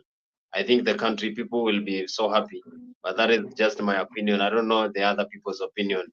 But from the crowd and also the people of Kenya, I can also give a null hypothesis. But again, if it becomes positive, then I will be wrong. Mr. Black, what can you say about this situation in the country as we finalize, as we give you our parting shots? How do you handle this situation whereby we have doctors strike? How do you deal with it, yet you are supporting Susan Nakumicha? It's not that I'm supporting Susan Nakumicha. I'm just trying to be fair enough that by the standards which you are gauging him, or sorry, gauging her, putting her head with the guillotine for those reasons which you mentioned, it's entirely wrong. I think and that's the reason why I brought up the issue of devolution. That's why I brought the issue of. Can you hear me? There is some background noise in your mic. I think you can reduce the volume. There's noise. It's not my earphone because I've just even now I'm muting it. Just listen. The noise will still be there. Now it's gone. It's someone else that was there. Whose mic was making the noise? Now, like I Anyway, was saying, I was as we trying to wait for say, Black, maybe yes, internet challenge. can you hear me now? Yeah, loudly. Mr. Black, we You can can hear hear you. me? Okay. No, like I was saying, it's I'm not saying that as I'm we wait trying to for Black, support I think maybe I'm as a not challenge with supporting his Nakumicha. internet or maybe technical hitch. I'm risky. I agree with Mzalendo, and There is some noise. I don't know, when you're speaking, there's some noise from your background, bro. Noise I from my agree with background. Mzalendo on your analysis of the devolution of some of these departments or ministries. But I stand by the fact that this government has really failed Kenyans, and therefore it should be disbanded. And let's go for a new election, because day by day there's a problem. I mean, tragedies are coming up. People are losing their lives here and there. Probably, maybe after this, there will be droughts. There will be enough food for the people, and this hangs on to the government. Now there is improper housing for those who are affected by the floods. They need proper housing, but no one is willing to give them proper and decent housing. So now that the leadership of this country they have not been able to do it, I think it's high time that Kenya would go for a new elections or a fresh general elections before the lapse of the 5-year term. Let President Ruto be, strong enough and say, you brought me into the government, and I'm sorry, I failed you. I was not able to lead you, and therefore I call for a fresh elections. Let's go for a fresh elections. Then after that, we have new, fresh people coming in, and the CSs and everybody, and a complete overhaul. When a vehicle has a technical hitch, or the engine is not good enough, and you feel like it needs an overhaul, you do a whole overhaul of the vehicle, and it will appear like it's a brand new car. So let's do the same for this Kenya Kwanza government. For the first time, I think that will really work well for us. That is my parting shot. So if wherever Kenya Kwanza government, any leader, any agent, any whoever, any fanatics and everybody, I call upon the leadership to call for a fresh elections. Thank you so much. Thank you so much, Mr. Kelvin. And Mr. Black, you can give your parting shots as we terminate the show, as you conclude. Am I audible? Yeah, very clear. Okay, like I was trying to say,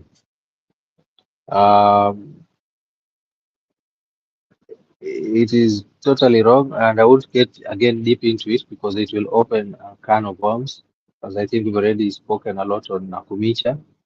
But I'll just say, by the standards which people are trying to gauge her, is entirely wrong. That's what I can say. But moving forward, in matters to do with the natural calamities, my dear Mr. brother Kimazi, I can't hear Kevin. Black. Is he there? Yeah, Yes, I'm here. he's here. Kevin, I think your network is the problem. Yes, because I think I'm very loud from my end. But I can't hear. What I'm trying to say is, these are natural calamities. Floods were not brought by Kenya Kwanza. That is number one. And if droughts come, it will not be because of Kenya Kwanza. That is number two. And then taking your statement on regards to the Shakahola massacre that happened, it was not Kenya Kwanza. And neither was it Uhuru's government. These are things that were happening that started long before Kenya Kwanza was in government. You can just say it was a laxity of intelligence from the government side at that time that Uhuru was leading the government, and it was discovered later, unfortunately, when this government came in. But not to say that this government did a good job about it. No. Neither did the other government did a good job about it. No. Fact of the matter is people died, and that is unfortunate. and that is as a result of some individuals that have no respect for life. So let's not politicize these things. I mean, because at the end of the day, when you try to politicize some things, you do not add any value to that situation. If anything, you just devalue it. So let's call out when some issues are as a result of selfish individuals, and some issues are as a result of the government of the day. When we can divide and separate those two, then we can get to understand which ones are within our control and those that are not within our control. For the matters to do with natural calamities, that one is not within our control. But is there anything that we can do about it to minimize the damage? I believe yes, there's a lot of space and a lot of things that can be done to minimize the damage that has already been caused. So if we look at it from that perspective, then we can move forward as Kenyans. What should we do? Is it about time we start demolishing houses that are in the way that the water usually follows when it comes to rains? If the answer is yes, then sacrifices have to be made, and we agree that the demolition of houses begins. I know there are many people that will cry foul, but at the end of the day, it will still would otherwise be lost by those houses being there. Now, I know that politicians will again come in and start saying that serikali inabomolea watu manyumba. You see, that's the unfortunate state that we are in. Because unaona sahii serikali inataka kubomoa manyumba kule Mukuru, jamaa anatokea, he wants to gain some leverage, anasema zisibomolewe. So I tend to wonder, those houses themselves are a health hazard with these rains. They're like coffins. If I'm not trying to disrespect them, but I'm trying to paint the picture of ni kama zinaita kifo. Because if semi-permanent houses zinaweza bomolewa na maji, what about these iron sheet houses? Will they even stand any chance? The answer is no. So let's not politicize these things. And if at all you really care about the lives of our fellow Kenyans, that's not the kind of advice that you'll be giving to them, telling them that they should not move and the government should not destroy those houses. No. The question should have been, if yes, you want to demolish these houses, which I think it is good because there are health hazards in this rain. Where can we take them? Is there any field that is dry, or at least not dry because it's raining everywhere, but it's at least safe that we can take them to? That is the kind of discussion we should have. By telling them not to move, then that's wrong. It's being selfish. Just unataka kupata tu ile favor ya wananchi, yani unaite mafans wa kusifu. That's being selfish. I mean, for anyone who would support that, I would ask them to think twice. That's the wrong trajectory. Now, just to finish it off, when it comes to matters to do with food, I think the government is doing little again for mambo ya usaidizi wa chakula. I think they can do better.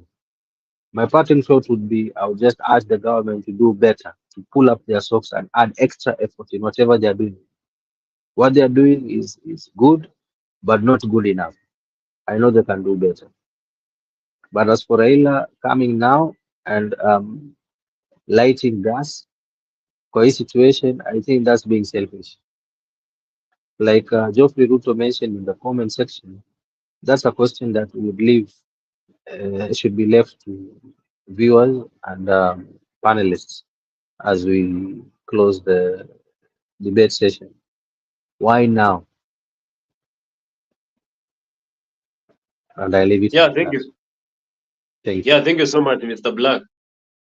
Is leaving us under suspension. When I was in high school, there is a literature class whereby the literature teacher by then was telling us some stories, then the book will leave us under suspension. That is why Mr. Black is leaving us under suspension. But again, as we feature our show tomorrow, we will be featuring and knowing all those things. But again, we are happy you joined today. And Mzalendo is looking for you, Mr. Black. I think you have seen what he has typed there. Make sure you contact him. And I want to thank everyone who joined our show today. In the comment section, Kevin Wasonga, thank you so much. Geoffrey Ruto, good year, our brand ambassador for AFRIQ24. And Mzalendo has been there. Mr. Black, thank you so much for taking your time to join our political show today. Kevin Wasonga, thank you so much. Mr. Zalendo, thank you so much. You are always there and you are always supporting us when it comes to political show, despite the time difference. So I can see Jeff has joined. Is that Jeff Buru? Yes, Jeff Buru. You can say you are late. You can say you are cutting short. We finishing. Hello, are you Mr. Kimanzi? Doing well, Mr. Jeff.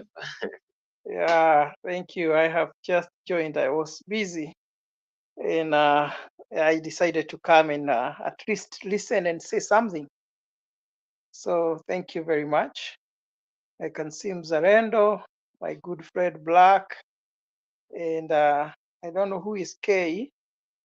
Thank you so much. Let's proceed, and I'll be here. Thank you. Thank you so much. Zalendo, parting shots. Well,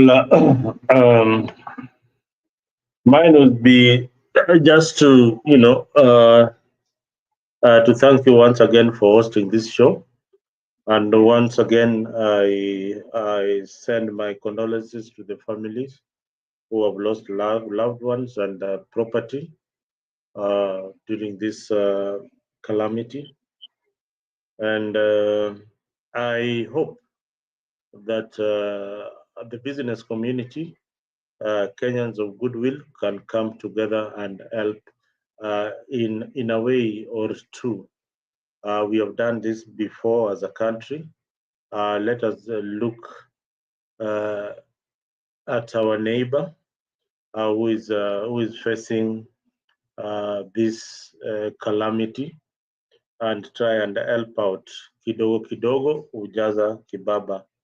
Sometimes we can blame the government the whole day, but as Kenyans, we can come together and do something for our neighbors who are homeless, apparently. Others are not having any food. The church now should be the voice. They need to come out as the church and do something about the situation in the country. Whatever little donations that they have, they should open the churches for accommodation of the people who have been affected by the floods. Churches in Kenya, the Catholic Church, the Pentecostal Church, it is now the time for you to open your sanctuaries so that Kenyans can find accommodation in those places. And it would be easier for also other Kenyans to find a way of accessing the victims in an organized manner. It is only through this way that we can be able to assist. Maybe Red Cross should start now another pay bill number that will not be corrupted like the last one, so that Kenyans of goodwill can also be able to send their donations. I know so many people in the diaspora who are willing to help, but they don't know how or the channels that they can assist directly the victims who have been affected by the floods. Otherwise, thank you very much. We continue praying for you, and may you stay safe. If you need to go out this month during this rainy season, please think twice. If it is not necessary, just stay at home. Sometimes death can be calling you.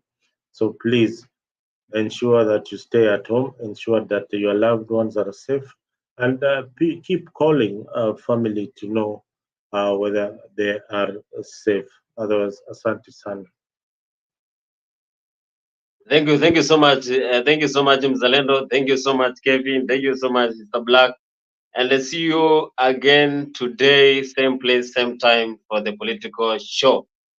Cheers.